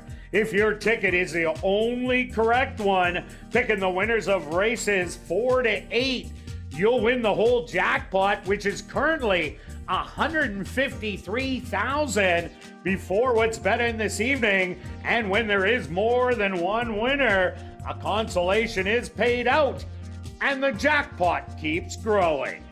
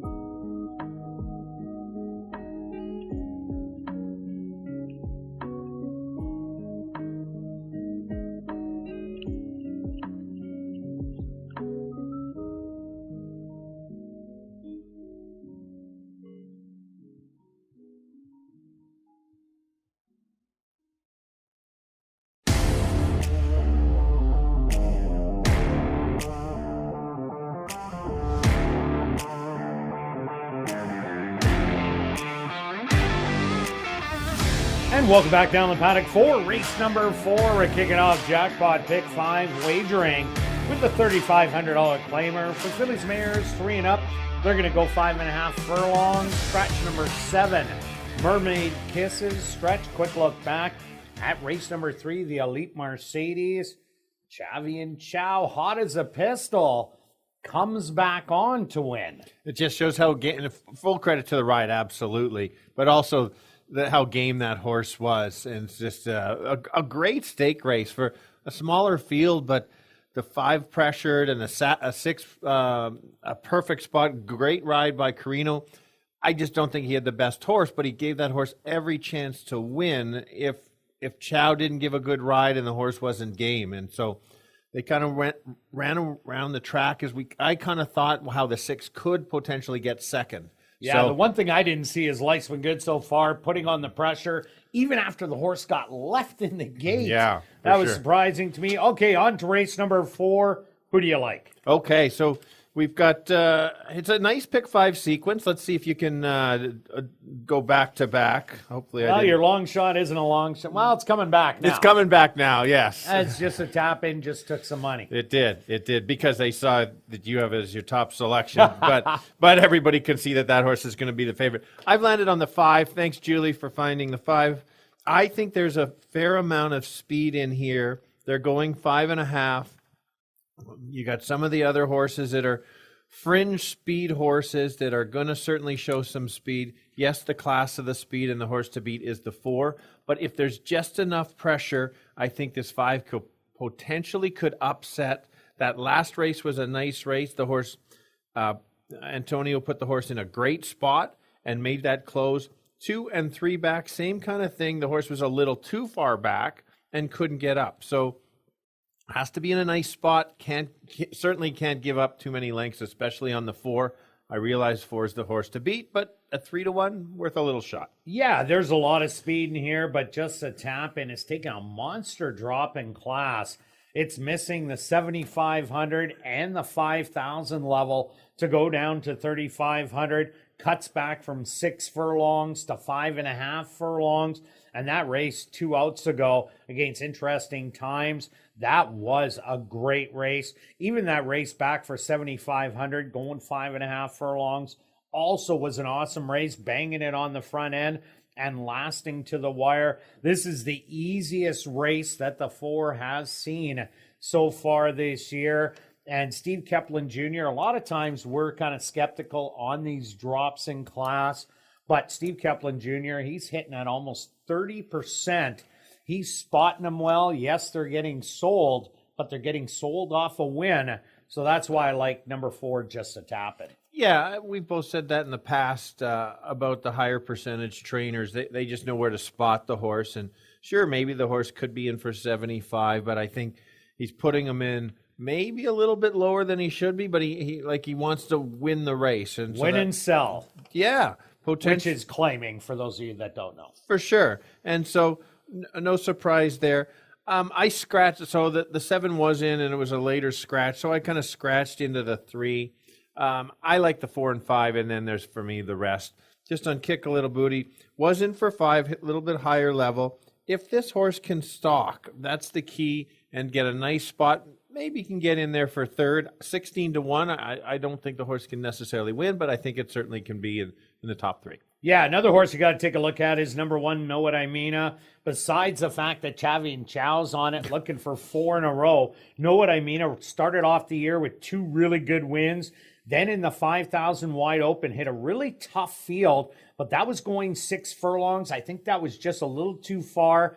Cut back to 5 furlongs, but hit a real speedball in liaison tune that day. Know What I Mean? Drawing the inside, currently getting 6-1. I think that's the bargain on the board, but let's go to our wagers. Here in race 4, jackpot pick 5 times stretch. All right. Look at that. I spent more than you again. You did. I hit it last night, so yes, I might as well. Absolutely. Let's go. 20-cent pick 5. 4 and 5, that's all you need here. Kurt's wasting money. Yeah, Chavi and Chow 3 in a row. Yeah, I'm wasting. 3, 4, 5, 6, and 7 in the 5th. And then 1 and 2, just in case I think they'll lose speed. And then all, I'm pretty confident in that all race. Yeah, I think you're going to get that one. And then keying the 6 in the last. And myself, I'm taking 1, 4, 5 in here. Then I'm taking 4, 5, 6, and 7. 1, 2, 7 in race 6. Race 7, 2, 3, 4, 7. And I'm rounding it out with 6 and 9 in race number 8. That'll cost $57.60. Good luck with all your wagers here in race 4. And we'll see you back for race 5, kicking off $50,000 guaranteed Pick 4 wagering.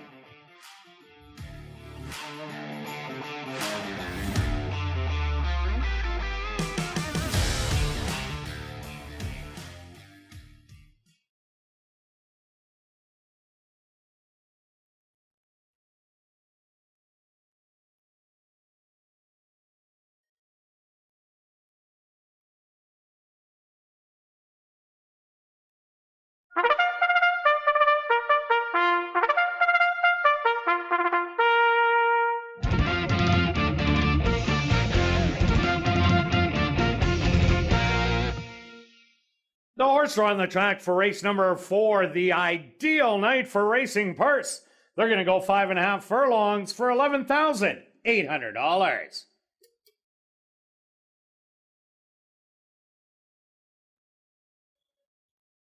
Number 1 is Know What I Mean, owned by ASD Thoroughbreds, trained by Michael Nault with Chavi and Chow. Number 2 is Secret Avenger, owned by Neil Vandorp, trained by Carl Anderson with Siobhan Bell. Number 3 is Kick a Little Booty, owned by River Park Stables, trained by Devin Gittins with Praven Badri. Number 4 is Just a Tap In, owned by Drop-In Racing and James Kepplin, trained by Steve Kepplin Jr. with Neville Stevenson. Number 5 is River Deputy, owned by ASD Thoroughbreds, trained by Michael Nault with Antonio Whitehall. Number 6 is Aerosphere, owned by Henry Witt Jr., trained by Jerry Gorno with Sheldon Chickadas. Number 7, Mermaid Kisses, was scratched. The ideal night for racing, kicking off jackpot pick 5 wagering. They'll go to post in 4 minutes.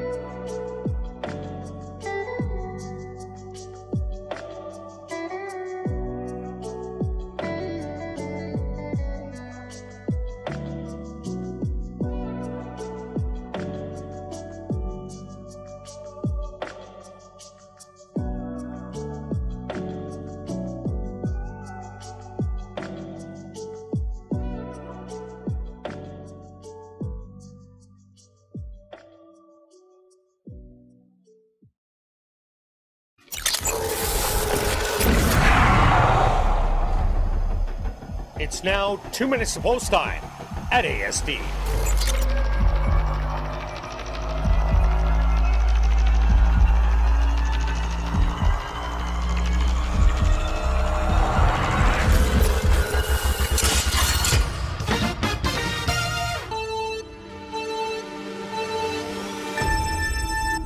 Here we go. The girls going 5.5 furlongs. I think there's a lot of speed in here, so I'm looking for the closers of the race, and I've landed on the 5 as the closer, going off at a fair price right now.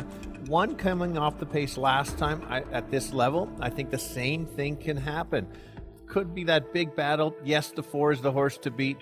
She is fast and dropping in here, but there is other pressure, so don't forget she could get beat. A long shot that maybe could finish in third is the 3. So I will give you 5-4-3. Kirt? Yeah, Stretch, I really like number 4, Just a Tap In. This is a massive drop in class from a trainer that wins at a 30% win clip, has good early speed, hits 5.5 furlongs, her absolute perfect distance. So I think she's the one to beat. And I do like number 1, Know What I Mean. I think this is also the edges of her perfect distance. You get a hot jockey in Chavi and Chow looking for 4 wins in a row. So I'm going to give you 4 and 1. Good luck here in race 4.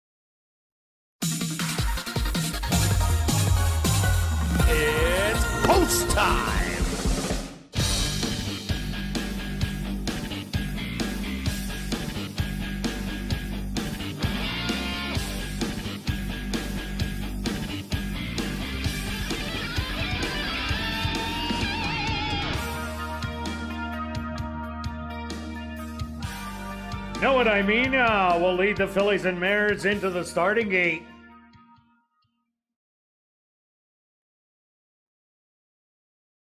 Next up, Secret Avenger. Kick a Little Booty set to go in. The 6-5 favorite, Just a Tap In, walks up. And in. 2 left to load, River Deputy.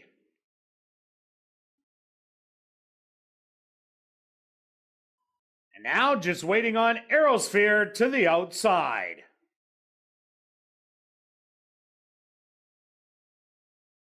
They're all set, they're at the post. Secret Avenger a little fractious, and they're off. From the middle, that's Just a Tap In. Showing good early speed with Know What I Mean-a.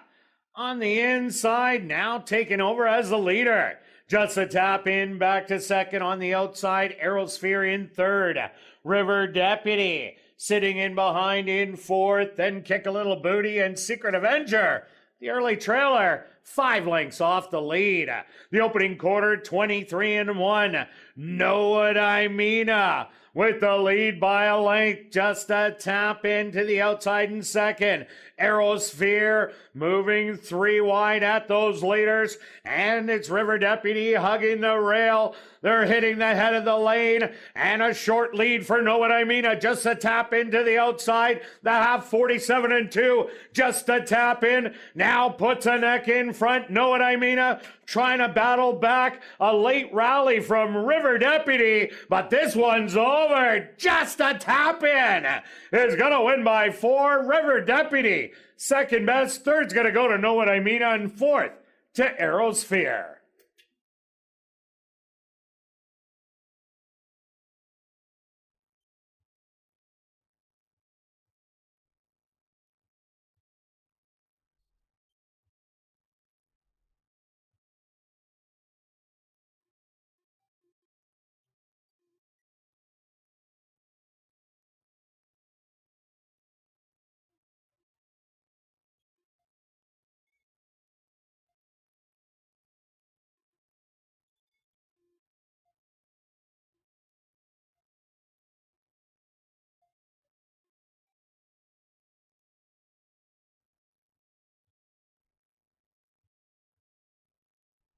The Stewart's opposed to number 4, Just a Tap In.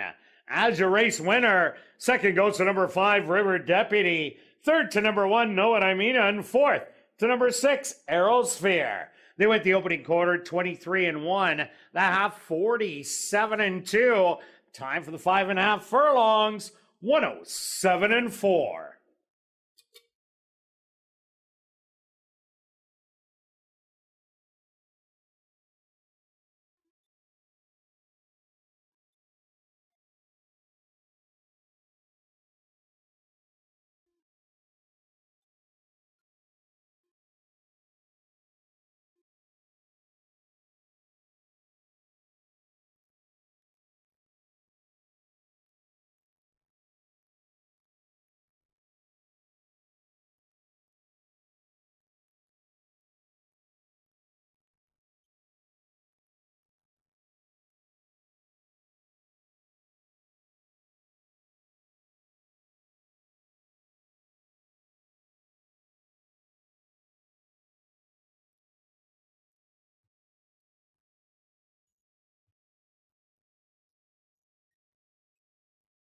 Now entering the winner's enclosure, the official winner of the ideal night for racing.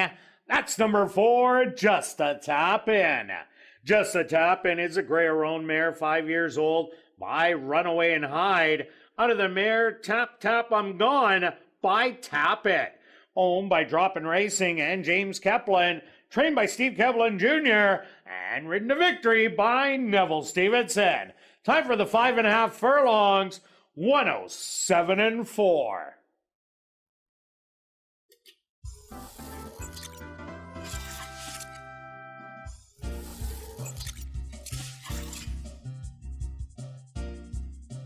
Race 4 is official in the upcoming 5th race.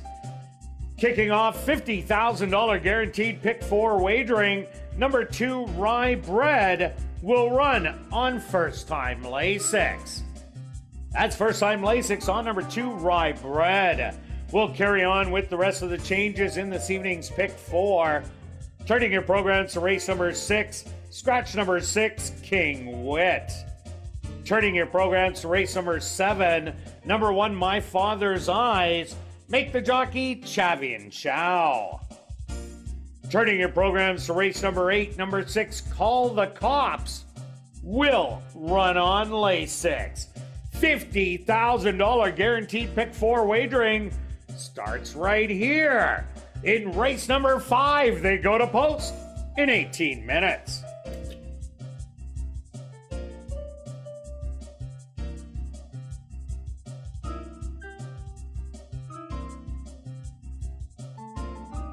One more Monday in the month of August to enjoy family fun activities. Monday, August 29th, from 6:30 to 9:30, kids can enjoy free bouncy castles, face painting, and live entertainment. Don't miss your chance to enjoy our free family fun activities for your kids.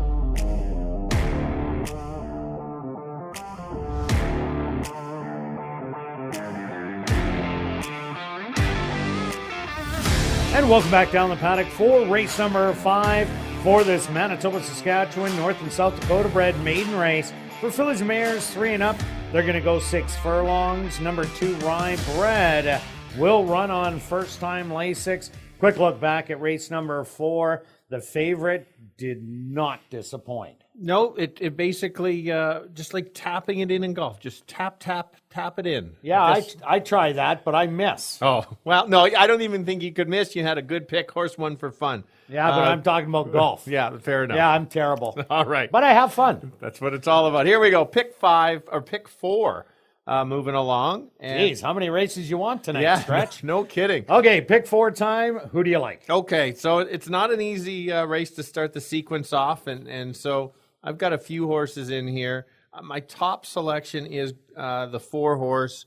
I just think you compare 4, 5, and 6, and they were all within about a length and a half. And who got the worst trip? I thought the 4 did. This horse stalked outside, made a kind of a middle move, and then flattened.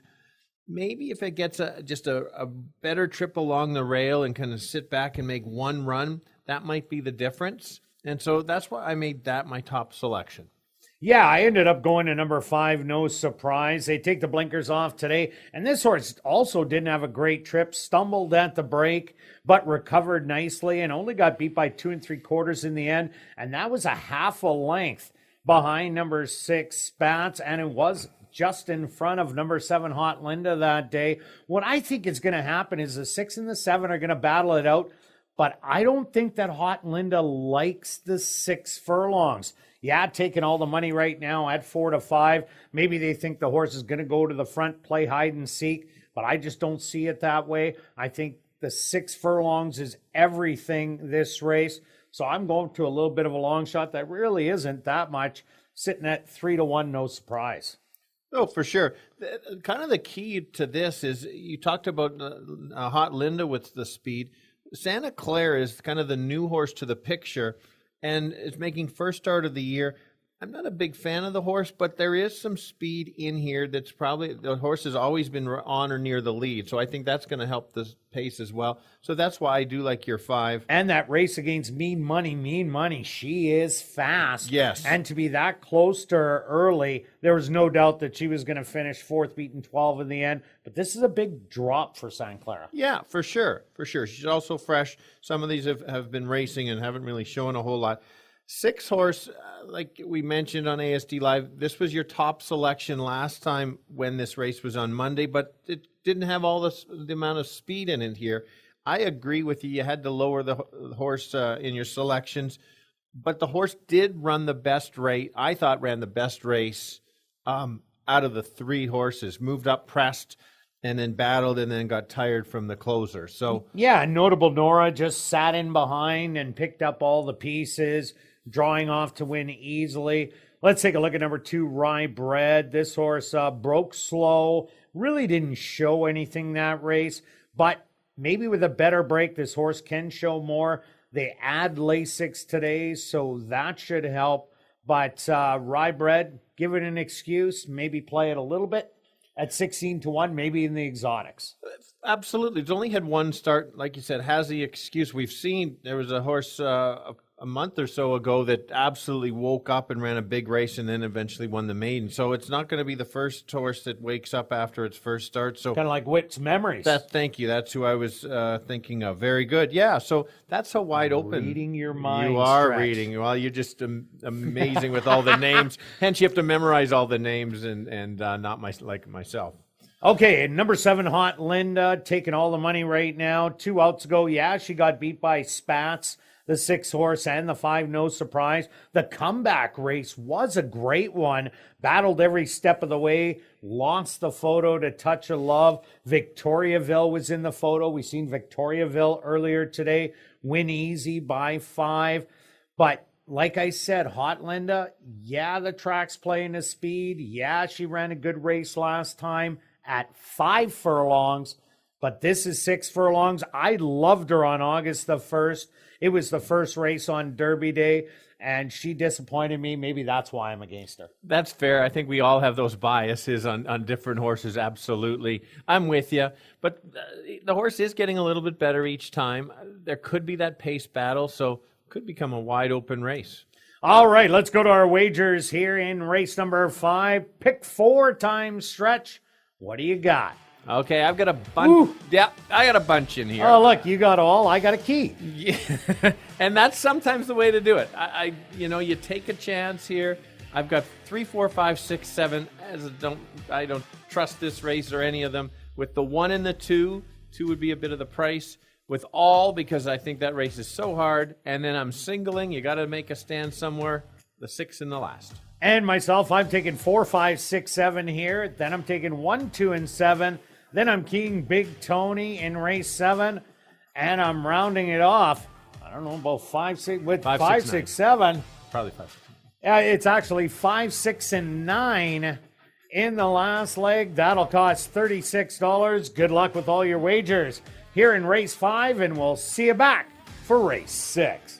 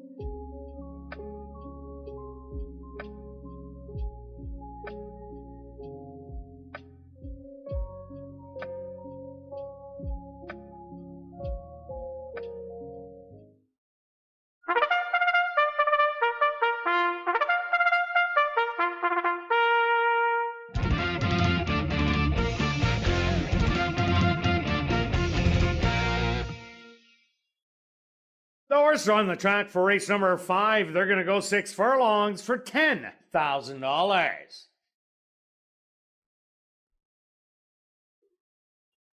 Number 1 is Belby Devil, owned and trained by Donna Johnston with Nyrone Austin.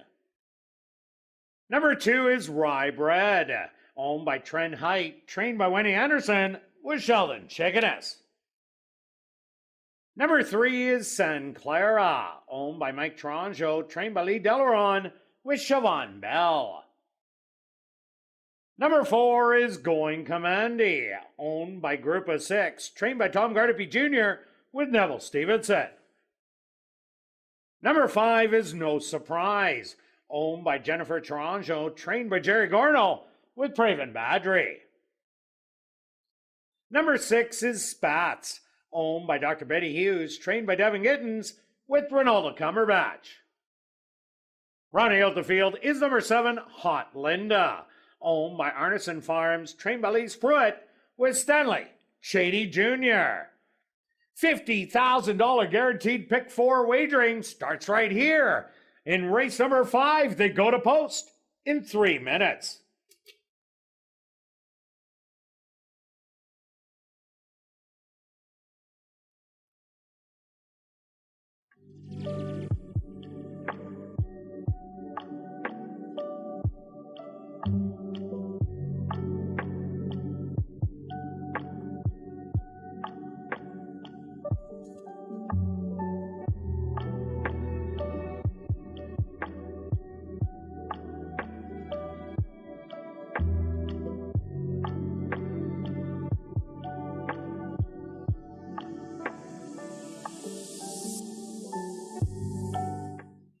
And we've drawn our winning ticket in Winnipeg's Ultimate Chase the Ace.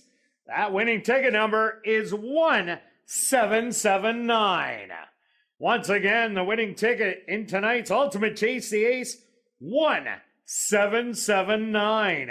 But don't throw your tickets away. If ticket 1779 does not show up in the next 5 minutes to guest services on the main floor south end, there will be a redraw.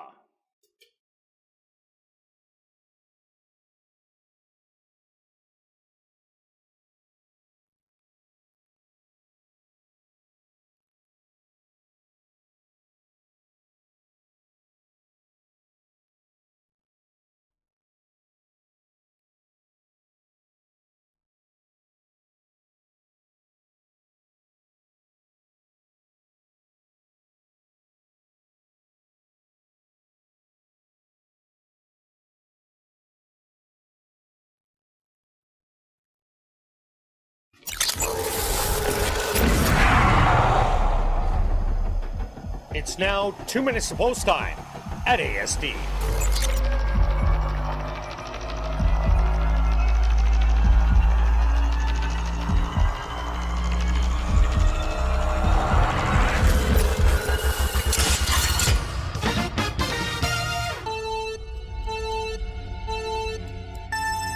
Okay, the girls going 6 furlongs. They're maidens. Again, fillies and mares that haven't won a race lifetime. Kind of a tricky race. 7 is the favorite. We're going to try to beat the 7. Let's go to the 4. This horse has been showed some improvement last time on the outside. I think if the horse can get a nice trip behind a potential pace battle, might surprise them all, and 9-1 is a fair value. Another one to consider is the 5. Same kind of thing. Probably sit back, try to make a late close. And 6, he beat the 4 and 5. She beat the 4 of the 5 last time. Let's go 4, 5, and 6. Yeah, Stretch, I like a little long shot in here. I like number 5, No Surprise. Broke to the knees last time out, used a little to recover, and was coming at the end and ran a really good race. I expect a better trip today, and I'm loving the 6-1. I also like number 6, Spats. This horse is really improved as of late and did beat the 7, Hot Linda, the last time they met. And I like Hot Linda, the speed of the race, to hang on for third. I'm giving you a 5, 6, 7. Good luck here in race 5.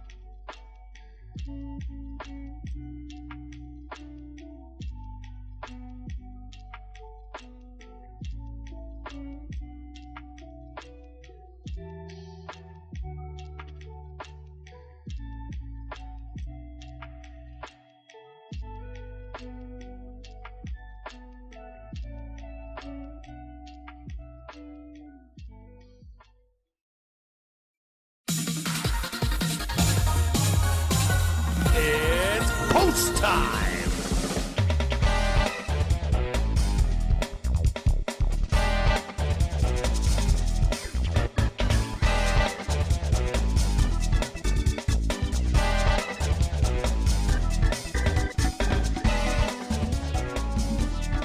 Belby Devil, the first one to step in. Next up, Rye Bread.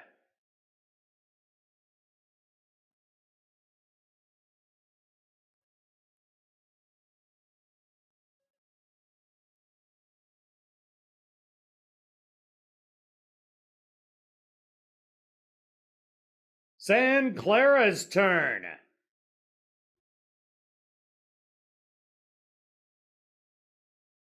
From the middle, Going Commandy.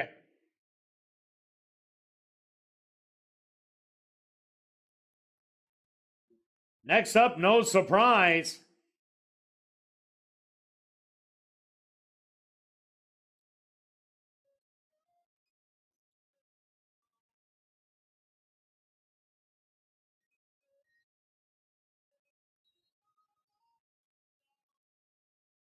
Just two left to load. Spats.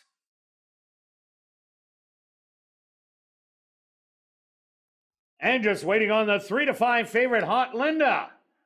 And they'll all be set. They're at the post. And they're off. Stumbling a bit at the start was San Clara, who quickly recovers and goes out and grabs the early lead easily by 2 lengths. Spats sitting right in behind with Hot Linda to the outside, back 3 lengths. 5 more lengths back to No Surprise. Settled in behind Going Commandy.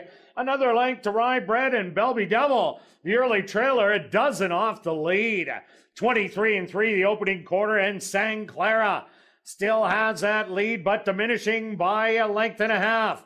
Spats sitting right in between in second, 3 wide. Hot Linda starting to move, No Surprise. And Going Commandy, the trailers, Belby Devil and Rye Bread. The half a quick 48 and 4, and Spats now takes over as a leader at the head of the lane. To the outside, No Surprise. Back in third, Hot Linda. No Surprise has all the running right now and goes on by. Spats back to second. This is all No Surprise. Going Commandy with a late rally. But No Surprise is going to take it. Going Commandy in second. Third to Belby Devil, and fourth to Spats.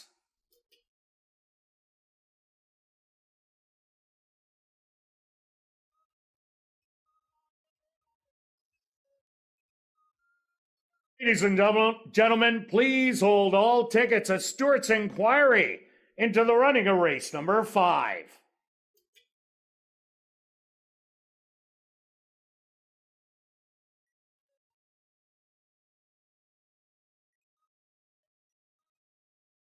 Ladies and gentlemen, it's a Stewart's inquiry into the start of race number 5.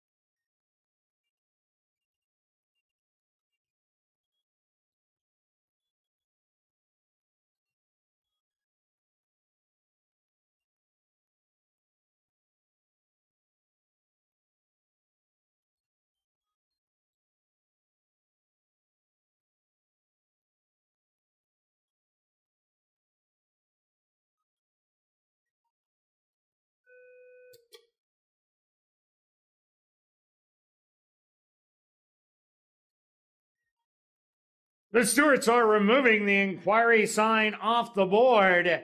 There will be no changes.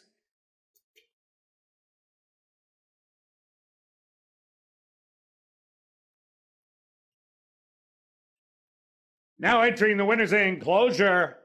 The official winner here in race number 5, that's number 5, No Surprise. No Surprise is a dark bay or brown filly, 3 years old, by True Sense. Out of the mare Knows the Pose by Going Commando. Owned by Jennifer Taranjo, trained by Jerry Gorno. And ridden to victory by Praven Badri. Time for the 6 furlongs, 1:16-2. Number 5, No Surprise, was proudly bred right here in Manitoba by Cam Ziprick and Julian Fouliard.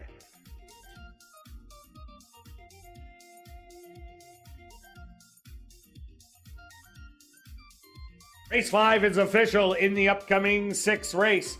Scratch number 6, King Wit. Once again in this 6th race, scratch number 6, King Wit. Post time for race number 6, 17 minutes away.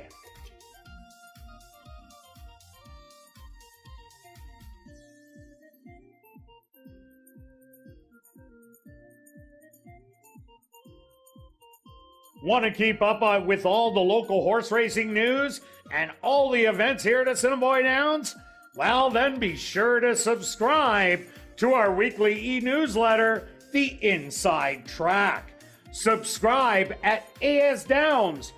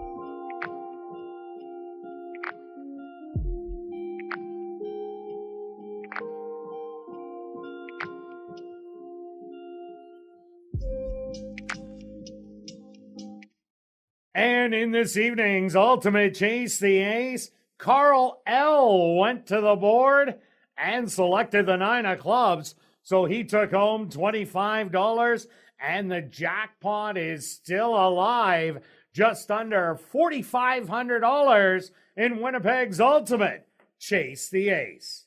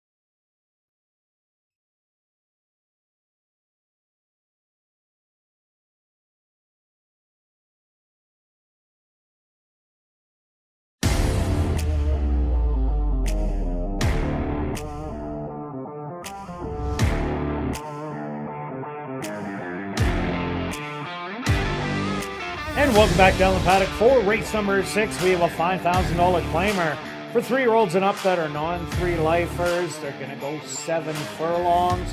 Scratch number 6, King Wit. Quick look back at race number 5. Oh, still on a roll there, Stretch. No surprise, getting it done. But Going Commandy did run great. Yeah, it was closing late. We saw the race the exact same way, and you used the 5 on top. I used the 4-5. Because of the speed, you have to run the races, and good. You made the call on Hot Linda, even though you're against Hot Linda for losing. But I was too, and recognized that there was other speed. Set it up for the closers, and they were flying late. Good ride on the 5. The equipment change. How about that stat that you just gave me? Yeah, Jerry Gorno, blinkers off, 50%. Nice. That's an amazing stat. It is. Okay, on to race number 6, Stretch. What do you got? Okay, so I just like the one-horse last race so much, running against Midnight Salute. That's kind of one of the keys. My figures have this horse right up there. You look, this is the first race over the track. It's only had he's only had 2 races in 2022. That first race was not very good. It really impressed me last time. Made a nice move and got to the leaders, and then Midnight Salute, who's the dropper, ended up winning, and then confirmed that that's a good race, running for 7,500 last night in a solid. And running a great solid third in a solid field at 10 where everybody was bettable. I also like Young Flint, but my second selection here, number 7, Obstructed View. Courtney Ross sends this one out, also takes blinkers off, but the first 2 starts, yeah, they weren't very good. Beaten by 11 in a little rallying effort where there was a pile of early speed with Big Time Gizmo, the favorite. Pucker had all the speed, and Stone Cafe came back to absolutely destroy that field, and then came back in a non-3 lifer, showed speed, but it was a sloppy racetrack. I don't think the horse liked it. It had 3 starts on the slop and nothing, but they take the blinkers off. I think that's the key. Look at those Turf Paradise races in November and December. This horse opened up 3 and 6 lengths, 46-112, pretty well both of them. Yes, that's Turf Paradise, and that's like 48-114, but 48-114 here. That'll get the lead, and I like that it's 7 furlongs and not any farther. Yeah, no, good call and good comparison. I agree exactly with your time change comparison from track to track. And I don't mind your long shot. I went for a different price horse, thinking how the one could lose would be potentially by a speed horse, and that's why I went to the 2-horse. There's another blinkers off, but not worried. The angle with the blinkers coming off, you look at those 2 works. I'm pretty sure those works would be blinkers off.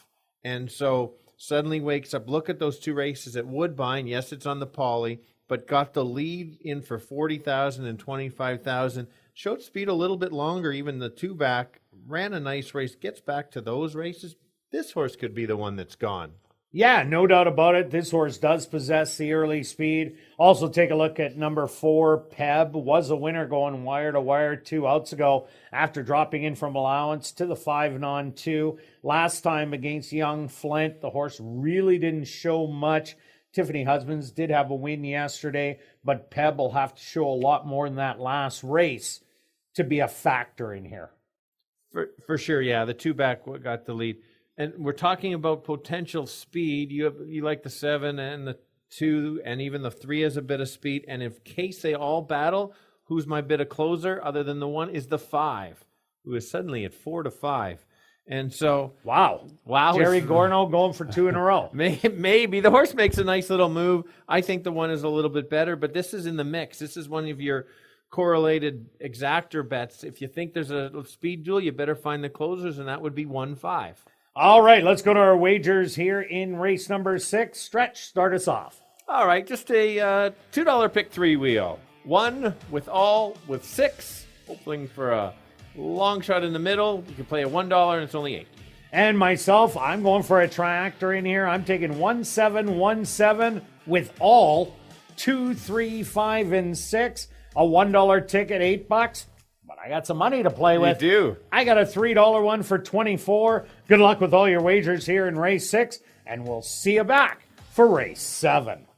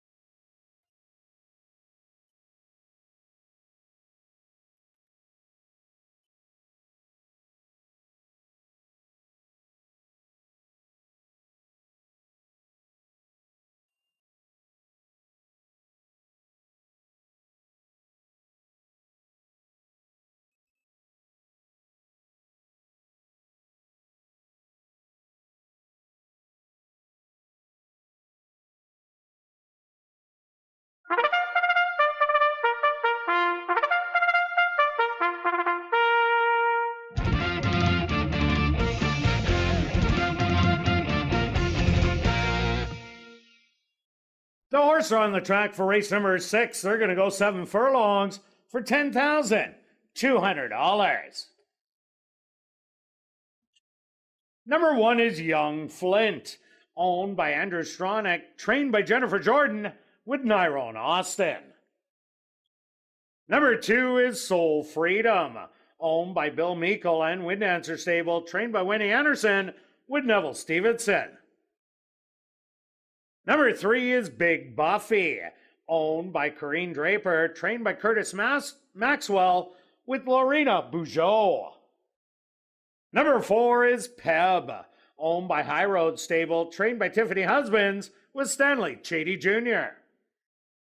Number 5 is Heroes on Easter, owned by Henry Witt Jr., trained by Jerry Gorno with Siobhan Bell. Number 6, King Wit was scratched. Number 7 is Obstructed View, owned by Pink Cloud Racing, trained by Courtney Ross with Antonio Whitehall. Post time for race number 6 in 2 minutes.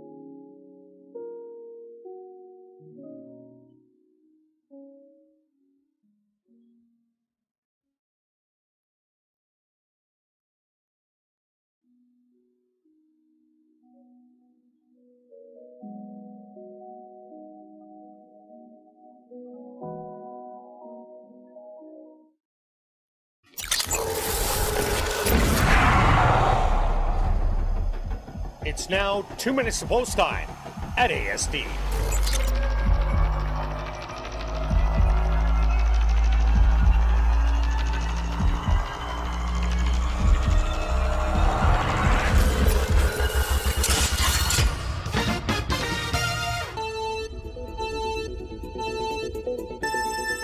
Here we go. We got the boys going 7 furlongs, which is 2 turns at ASD here.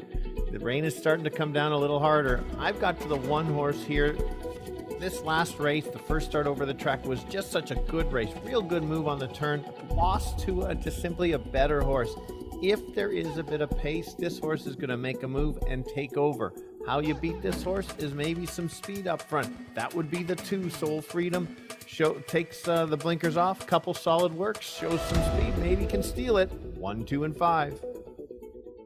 Yeah, Stretch, I'm with you on number 1, Young Flit. What a great debut here last time out. Was off since early May and just got a little tired, losing a Midnight Salute, who did run third for 7,500 wide open in its next start. So it's the one to beat, but I like number 7, Obstructed View. The 2 could go to the lead, but I think it's going to be the 7, and if anybody gets a loose lead, they just might go a long way, and I'm getting 14 to 1. 1 and 7 for me here in race number 6. Good luck.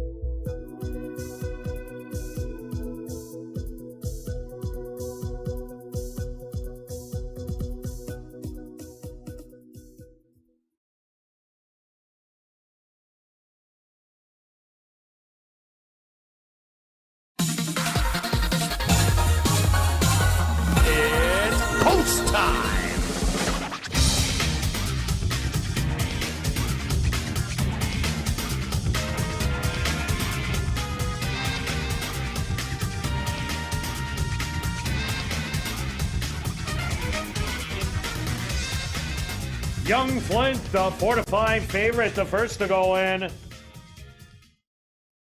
Soul Freedom is in. Next up, Big Buffy.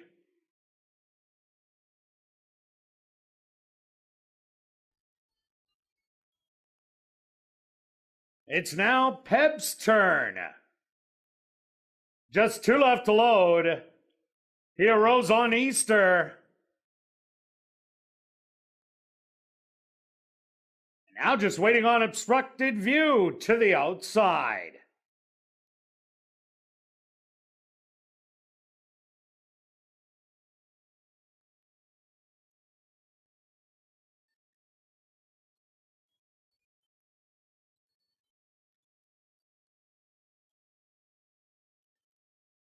They're all in. They're at the post.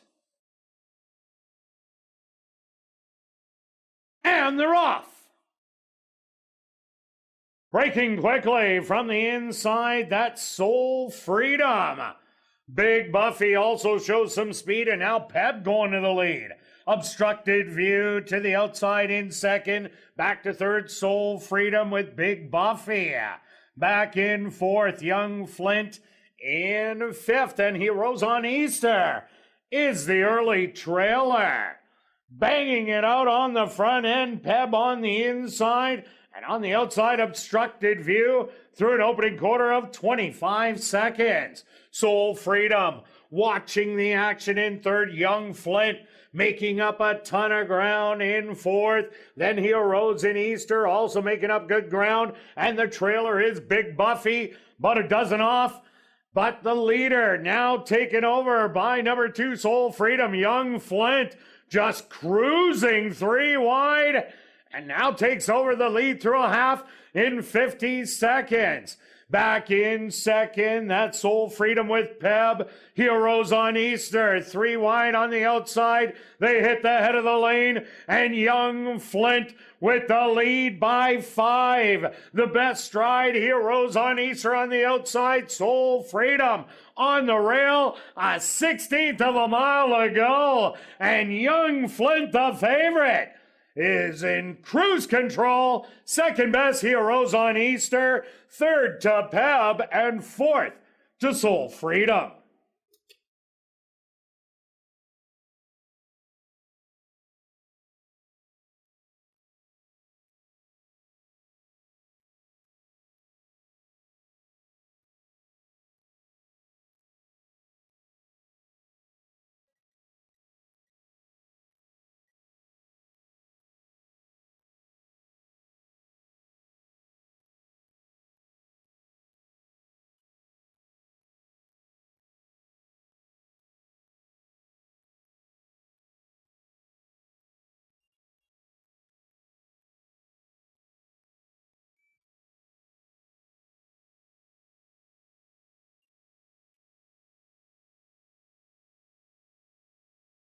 Posted number 1, Young Flint, as your race winner. Second goes to number 5, Heroes on Easter. Third to number 4, Peb, and fourth to number 2, Soul Freedom. They went the opening quarter 25 seconds, the half 50 seconds, 6 furlongs, 1:16 and 1. Time for the 7 furlongs, 1:30 and 2.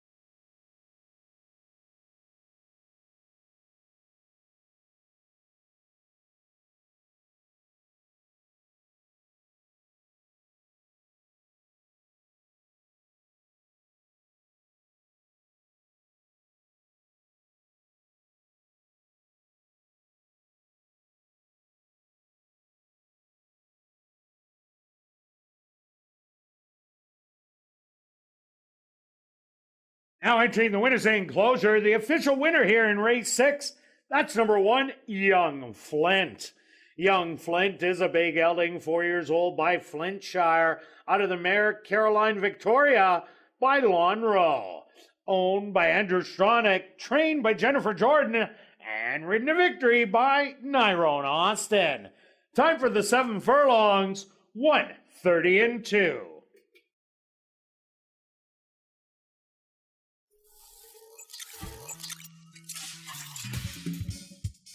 Race 6 is official in the upcoming 7th race.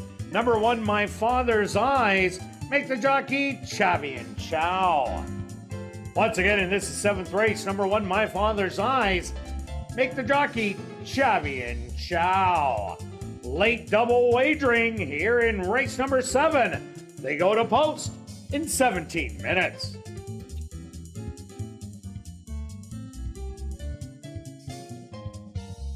The final Manitoba Night Market and Festival of the summer takes place this Sunday, August the 28th from 3 to 11. More than 15 food trucks, over 100 vendors and artisans, beer gardens, live bands, kids' activities, and much more. Tickets are just $7 and are available at the door.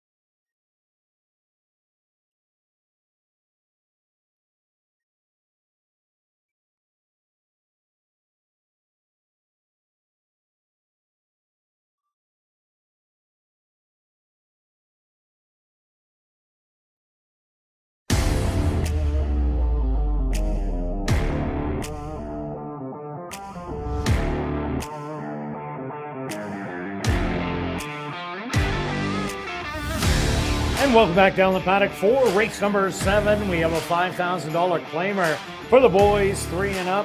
They're going to go 5 furlongs. Number 1, My Father's Eyes, make the jockey Chatty and Chow. Quick look back at race number 6 stretch. Young Flint couldn't have made it look any easier. No, the race set up perfect for him. And you couldn't, like you said. 3 horses try and go to the lead early and set it up for young Flint. I thought I seen Nyrone Austin smiling at the half-mile pole through all the raindrops there, and he made it just look too easy. And he made the right call. You kind of have the Cadillac. You know you're the best. Get outside, give up a few lengths so the speed can't back up into you. And so as soon as that's what happened, he got out pretty early, gave up some lengths, but it didn't matter. And that's the same move that we saw last time. All right, on to race number 7. Wow, this is a wide-open affair. Who do you like? Well, you got all. I got all. And everything. So who do I like? I'll give you some numbers or discussions on some of the horses is more of what more for information purposes in here. We'll start with the 3 horse, and there's a few reasons I do like this horse. If you look back, the last race was on turf. The horse only has 1 win on the turf, but so therefore not the ideal situation. But the horse still won, showed huge speed, cleared, and ran well. The key races that I do like in this race are a few of them. The 2 Mountaineer races, the figures are very solid and competitive in here for sure. And then the other one that twigs a nice one is March 22nd against Major Munning, who we've seen run here before, is a higher claimer. Showed 21-3, 44, and as Kirt kind of did the conversion, you could say, it'd still be about 22 and change and maybe 45 and change. That kind of speed, this horse could clear. If somebody clears and just keeps going, that's how you can win. I talked about ASD Live just on so many scenarios. You could have lots of speed going out, somebody clearing, one of the speed horses sitting back, go from there. Your top selection, Kirt? Well, my top selection also is Speedball in here. That's number 4, Big Tony. Won 3 in a row to start off the campaign, going through the conditions. Hit a really tough first level allowance with Majestic Street, Wicked Fortitude, and In the Deep. And then last time out, there was a pile of speed in that race. Put them all away. And then it was Yola who came from dead last to get the win. Simple Man was also stalking. But that was going 5.5 furlongs. I think Big Tony at this distance has won 2 out of 3. I think he's had a big shot to do it again. And that's why currently the co-favorite with your selection, number 3, Squared Straight. Yeah, and that's the one thing with Big Tony. It always seems to amaze me on how fast he gets out. Looks like he does it so easy, and suddenly he's on the lead. So I've gone to the closer, one of the longer shots in here, and that's My Father's Eyes. We have seen a couple closers come in today already. The 2 back in the maiden race, they come from way back. And so I kind of see the same kind of thing. Is this is one of the few closers in here. Yes, it's only 5 furlongs, so Badri can't be that far away.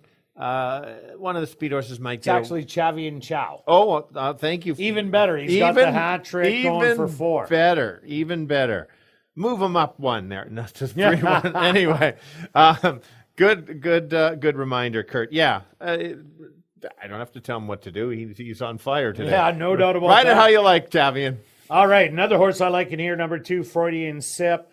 2 outs ago, battled it out and just got a little tired. Was beaten by Wits Coco, who rallied from off the pace to get the win and came back to win again. Last time out, Drizzy went to the front, cut the fractions, and Freudian Sip came from off the pace, only to lose by a narrow nose.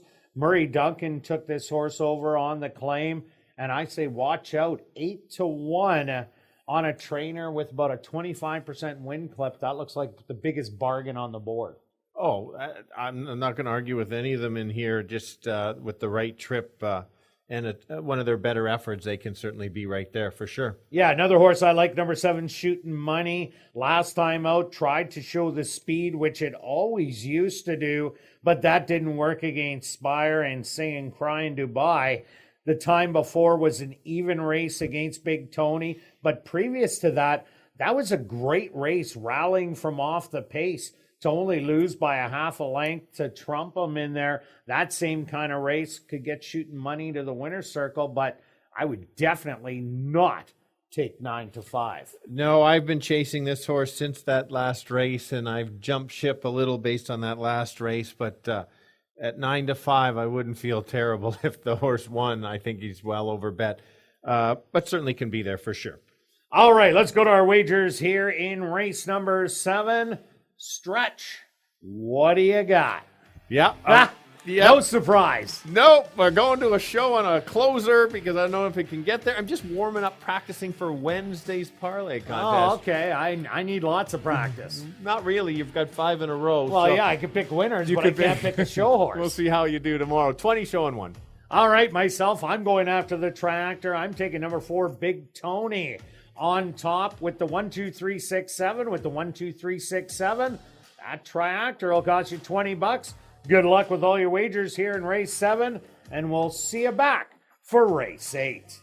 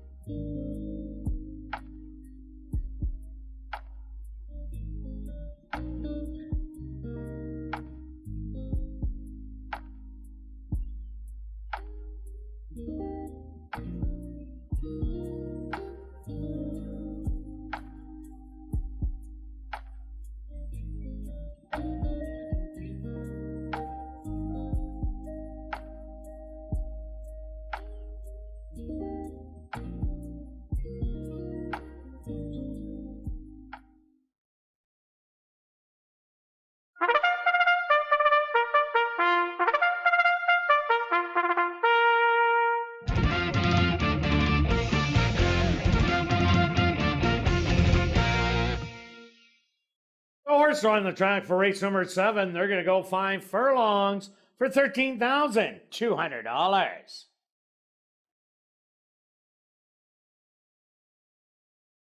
Number 1 is My Father's Eyes, owned by Colt Brown, trained by Alan Brown, with Chatty and Chow. Number 2 is Freudian Sip, owned by Stewart and Son, trained by Murray Duncan, with Arthur Badu. Number 3 is Squared Straight, owned and trained by Jared Brown with Jorge Carreño. Number 4 is Big Tony, owned by Henry Witt Jr., trained by Jerry Gorno with Antonio Whitehall. Number 5 is Bite the Bullet Bro, owned by Karen Bjarnson, trained by Tom Gardapi Jr. with Sheldon Chickanis. Number 6 is Strider's Ring, owned by Just for Kicks stable, trained by Sean Moran with Dwight Lewis. Number 7 is Shootin' Money, owned by Wind Dancer stable, trained by Wendy Anderson with Tyrone Nelson. Rounding out the field is number 8, All for Truth, owned and trained by Perry Kavanaugh with Neville Stevenson. Post time for race number 7 in 2 minutes.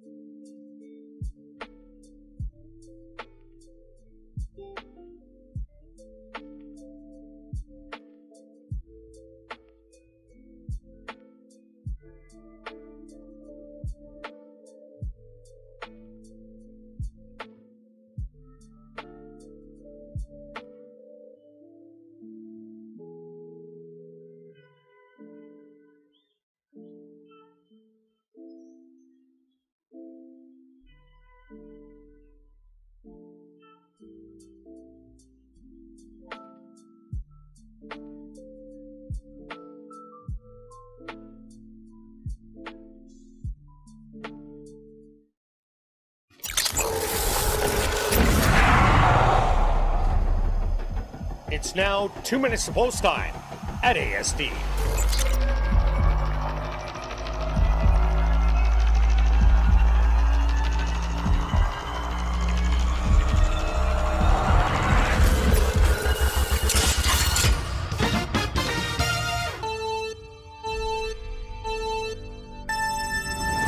Here we go. The boys going 5 furlongs. It's going to be fast early. So who could clear? That might be the 3. Showed lots of speed coming from Mountaineer and has raced at Turf Paradise showing huge speed. If the horse can clear, might just keep going.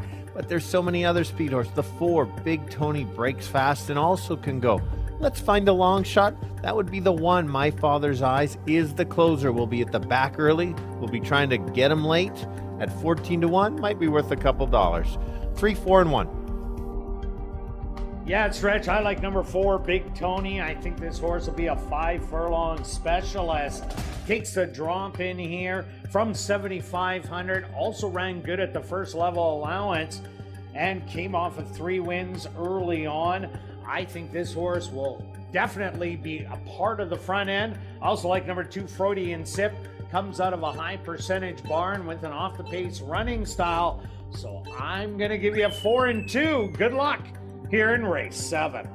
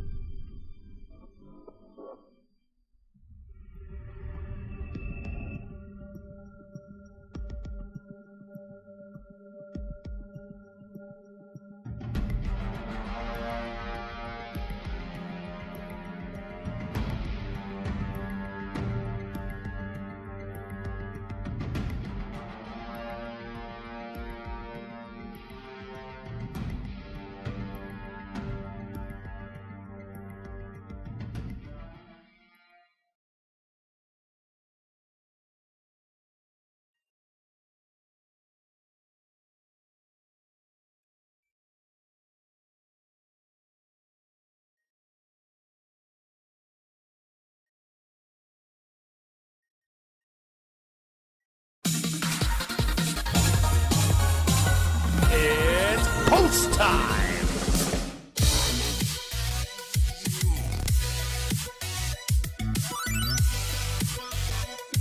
My Father's Eyes, the first to go in. Next up, Freudian Sip.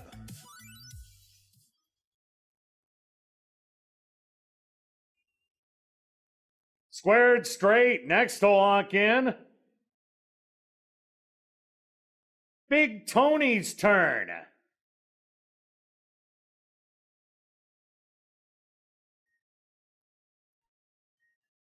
Strider's ring goes in.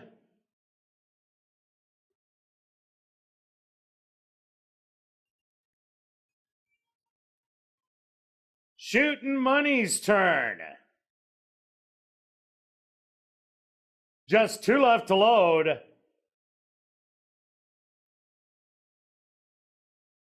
All for Truth on the outside. And now just waiting on Bite the Bullet Bro.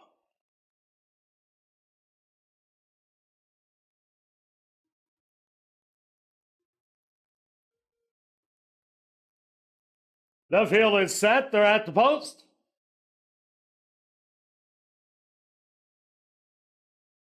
And they're off. From the middle, Big Tony. Showing good early speed to the outside, All for Truth.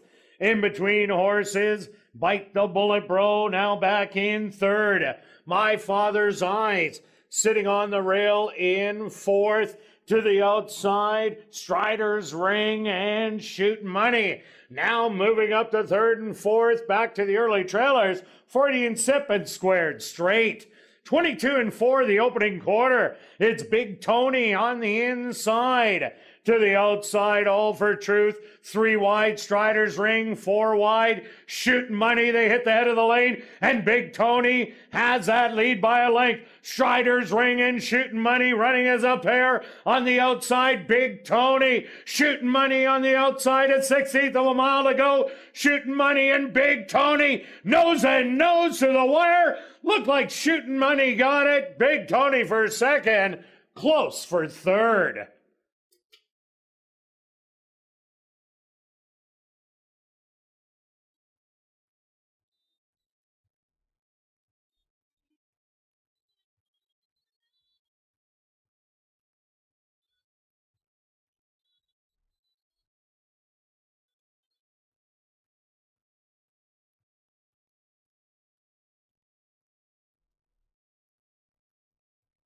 The stewards have requested a photograph to determine the winning horse. They went the opening quarter 22 and 4, the half 46 and 4. Time for the 5 furlongs, 59 and 4.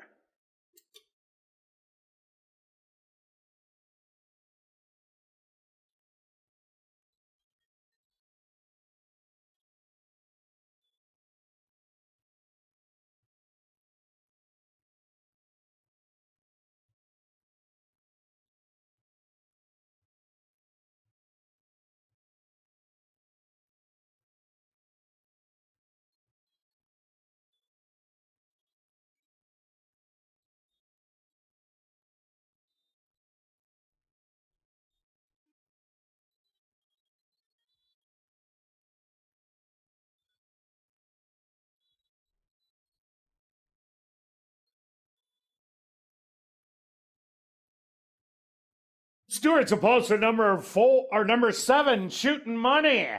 As a race winner, second goes to number 4, Big Tony. Third to number 3, Squared Straight. And fourth to number 2, Freudian Sip.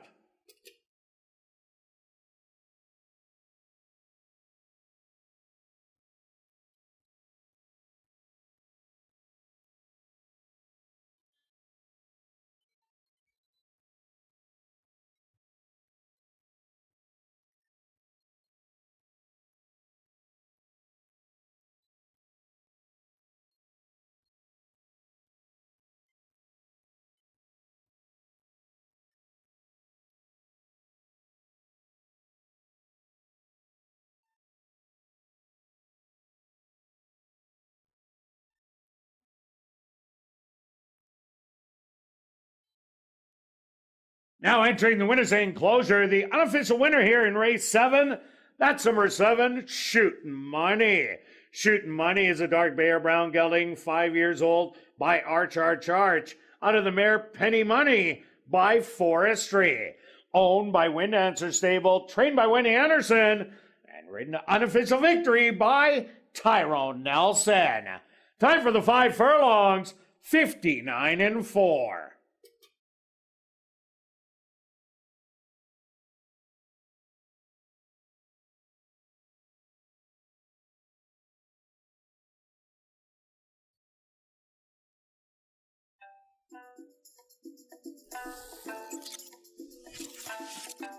Race 7 is official in the upcoming 8th race. Jackpot High 5 wagering. Number 6, Call the Cops, will run on lay 6. Once again in this 8th race, number 6, Call the Cops, will run on lay 6. Jackpot High 5 wagering. Here in race number 8, they go to post in 20 minutes.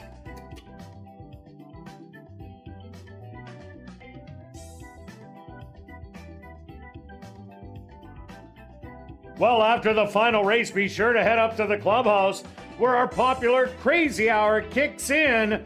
Beer, shots, and wine just $3.95, and half-price appetizers, plus 140 VLTs ready for action until 1 a.m.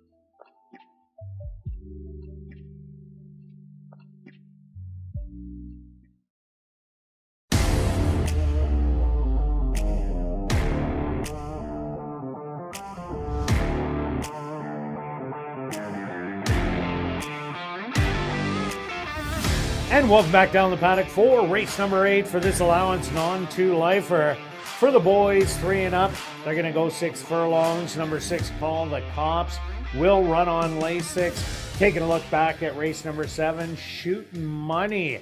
A well-timed ride by Tyrone Nelson, getting up to beat my Big Tony. Yeah, Big Tony ran big, and then I guess the 5 furlongs is kind of the right distance for Shootin' Money for coming off the pace, 5.5, and that's what I saw a few back, and then the 6. If this horse can't seem to come off the pace going 6. Now it was classier and dropping a little bit, but yeah. Anyway. Okay, on to race number 8, Stretch. Both got the same top choice. Currently 5-2.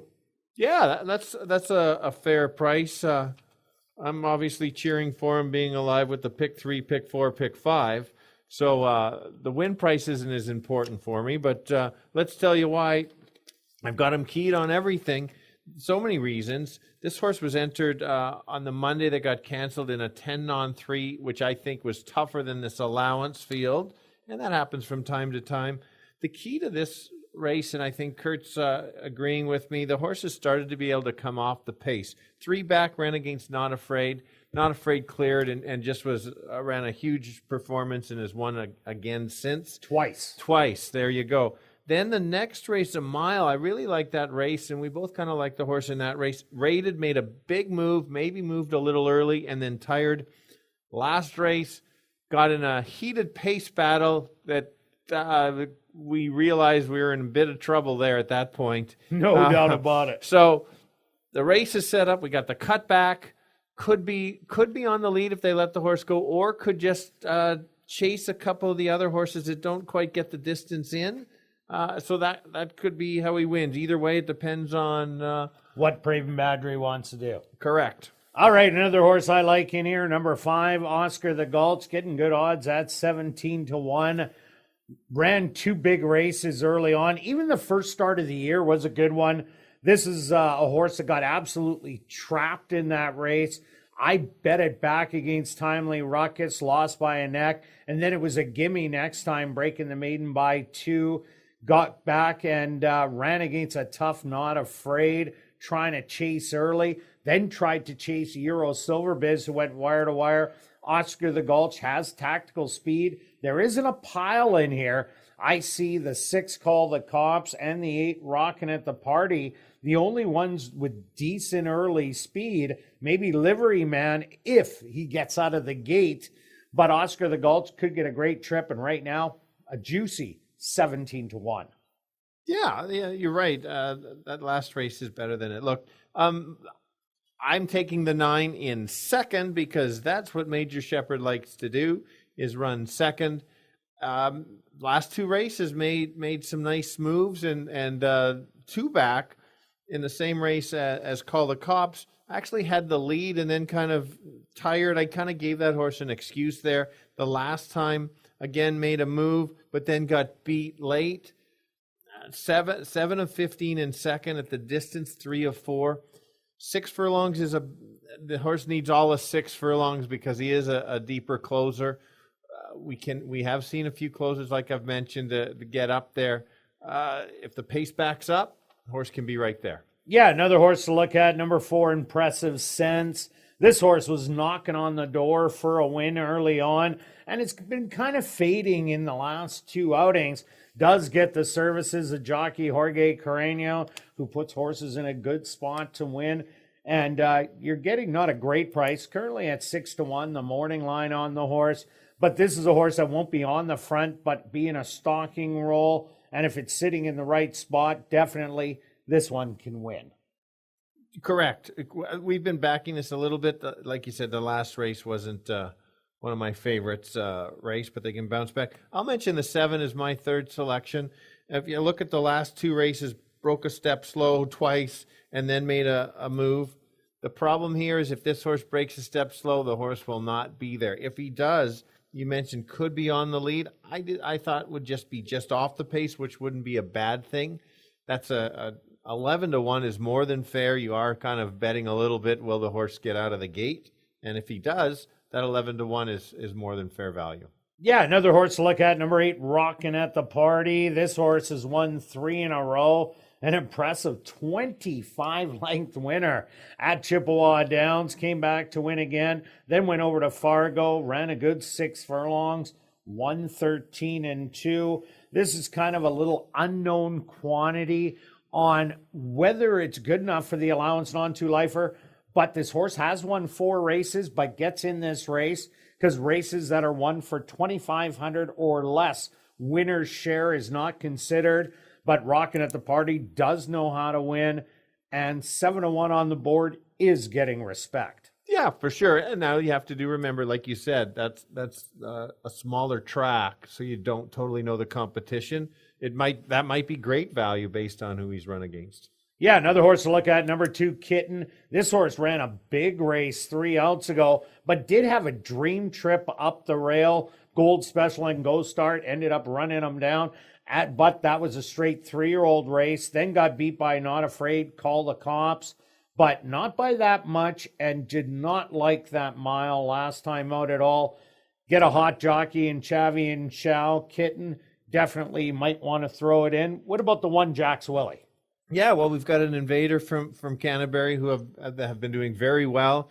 There's some speed on the rail. It's cutting back. Those are some of those are Minnesota bred races, so you have to be careful there. I'm going to watch them. 16-1 is about the right price, though. All right, let's go to our wagers here in race number 8. Stretch, starting it off with you. Okay, so I have an exactor wheel. 6 was 7-9, but there's no chance I would play this based on what I'm alive to with, as mentioned, pick 3, pick 4, pick 5. So, correct, Beth. Thank you. It is a stretch change alert.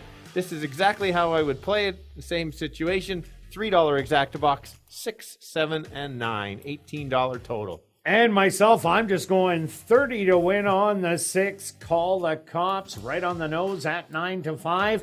Good luck with all your wagers here in race number 8. And we'll see you back 6:45 Central tomorrow for ASD Live.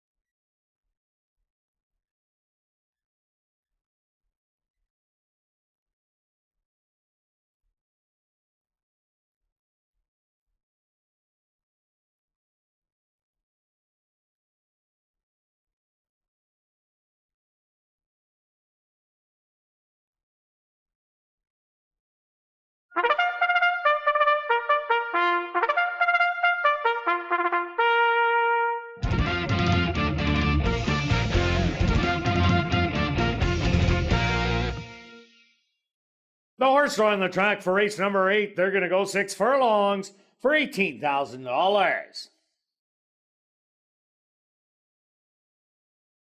Number 1 is Jax Willie, owned by Larry Liebrecht, Ron Phelps, and Marvin and Deb Buffalo, trained by Marvin Buffalo with Tyrone Nelson.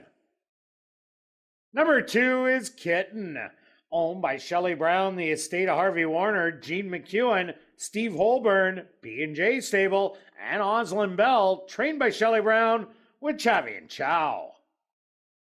Number 3 is Artillery, owned by Andy Stronach, trained by Jennifer Jordan with Nyrone Austin.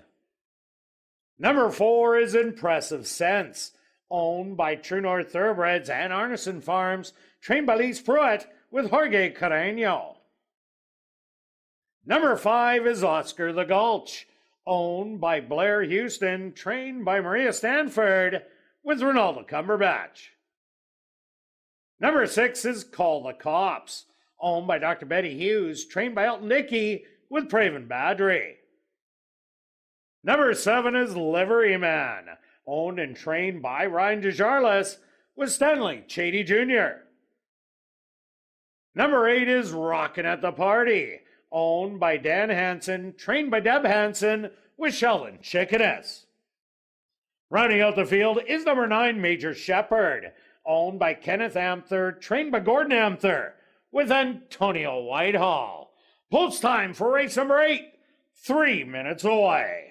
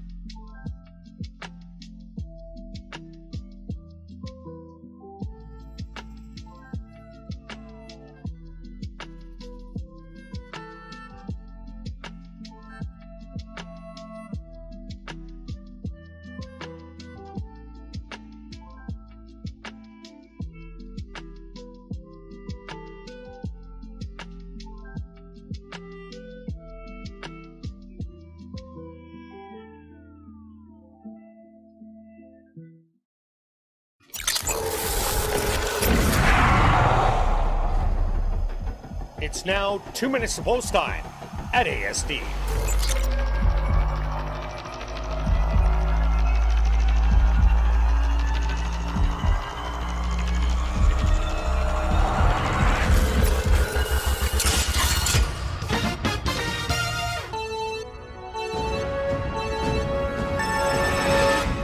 Thanks for staying up to see our final 8th race of the night. 6 furlongs the boys are going in an allowance field. I've landed on the 6 at getting a nice price at 5-2. Really like that. I think this horse can come off the pace if there is early pace up front. If not, might just get to the lead and just keep going. Cuts back from 7 furlongs like that. Runs back to a race few back. Should be tough to beat. The others to consider is the 9. Will be closing from the back. Likes to run kind of second, so be careful on the win price. And throw in the 7 as another closer, 697. Yes, Rich, I'm with you on number 6, Call the Cops. Gets a cut back in distance from that mile and 7 furlongs. Ran good races in there, but not the style that I wanted to see in him. But today, this doesn't have a lot of speed in this race. And Call the Cops has good tactical speed, so I'm thinking he has a big shot. I also like number 5, Oscar the Gulch. You're getting 20-1 right now. And Major Shepherd, currently the favorite at 9-5. Good luck with all your wagers here in race number 8.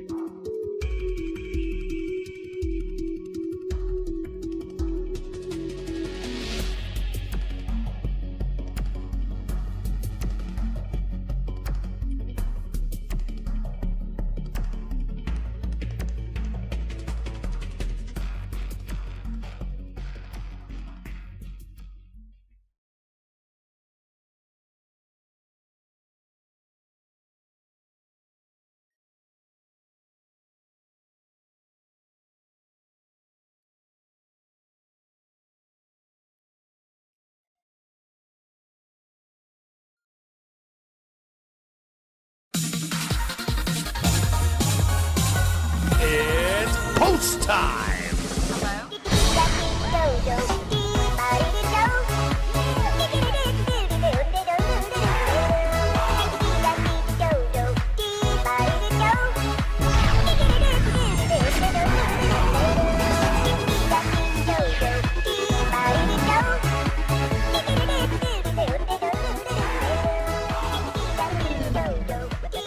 Jax, Willie, and Kitten both tucked away in the starting gate. Artillery is now in. Next up, Impressive Sense. Oscar the Gulch moves in. Call the Cops, the co-favorite at 2-1. Walks right in. Liveryman. He's in. Just 2 left to load. Rocking at the party.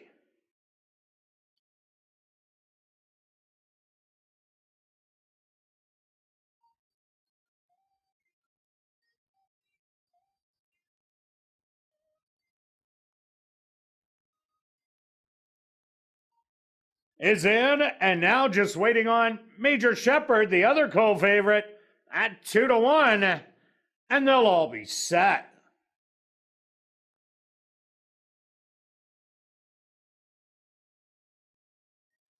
They're at the post.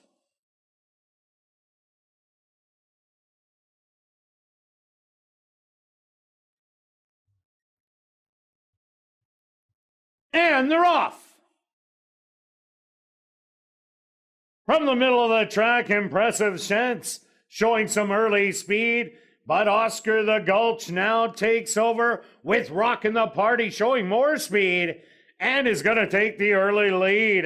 To the outside, Liveryman also shows speed. Right in behind them, Call the Cops and Oscar the Gulch. Major Shepherd close up here today through an opening quarter of 23-3. Back in 6. That's going to be Impressive Sense. 2 more lengths back is Kitten and Jax Willie, and the trailer, Artillery. They're coming up to the half mile and rocking at the party. Does have that short lead, but Major Shepherd to the outside is showing a bold move with Call the Cops to the outside. Major Shepherd now takes over. Call the Cops in second, to the far outside in third. Impressive Sense coming with the run. Major Shepherd, a 16th of a mile to go. Impressive Sense on the outside. These two to the wire. Noses on the wire between Major Shepherd and Impressive Sense. Very close for third, fourth, and fifth between Oscar the Gulch, Call the Cops, and a late closing Kitten.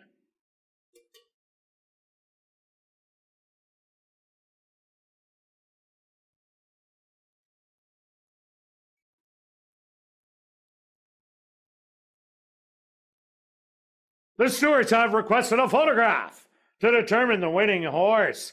They went the opening quarter 23-3, the half 47-3. Time for the 6 furlongs, 114-1.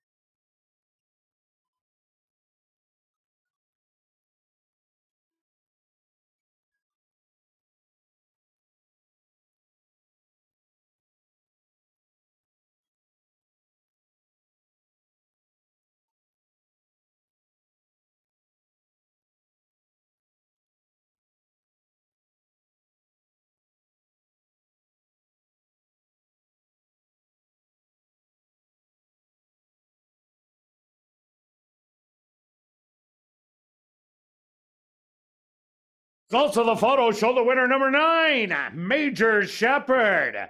Second goes to number 4, Impressive Sense. Third to number 6, Call the Cops. And fourth to number 2, Kitten.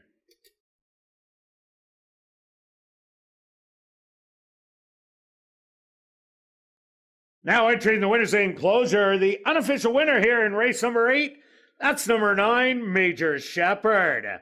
Major Shepherd is a dark bay or brown gelding, 4 years old, by Trap Shot, out of the mare Heather's Feather by Dixie Union. Owned by Kenneth Amther, trained by Gordon Amther, and ridden to victory by Antonio Whitehall. Time for the 6 furlongs, 1:14-1.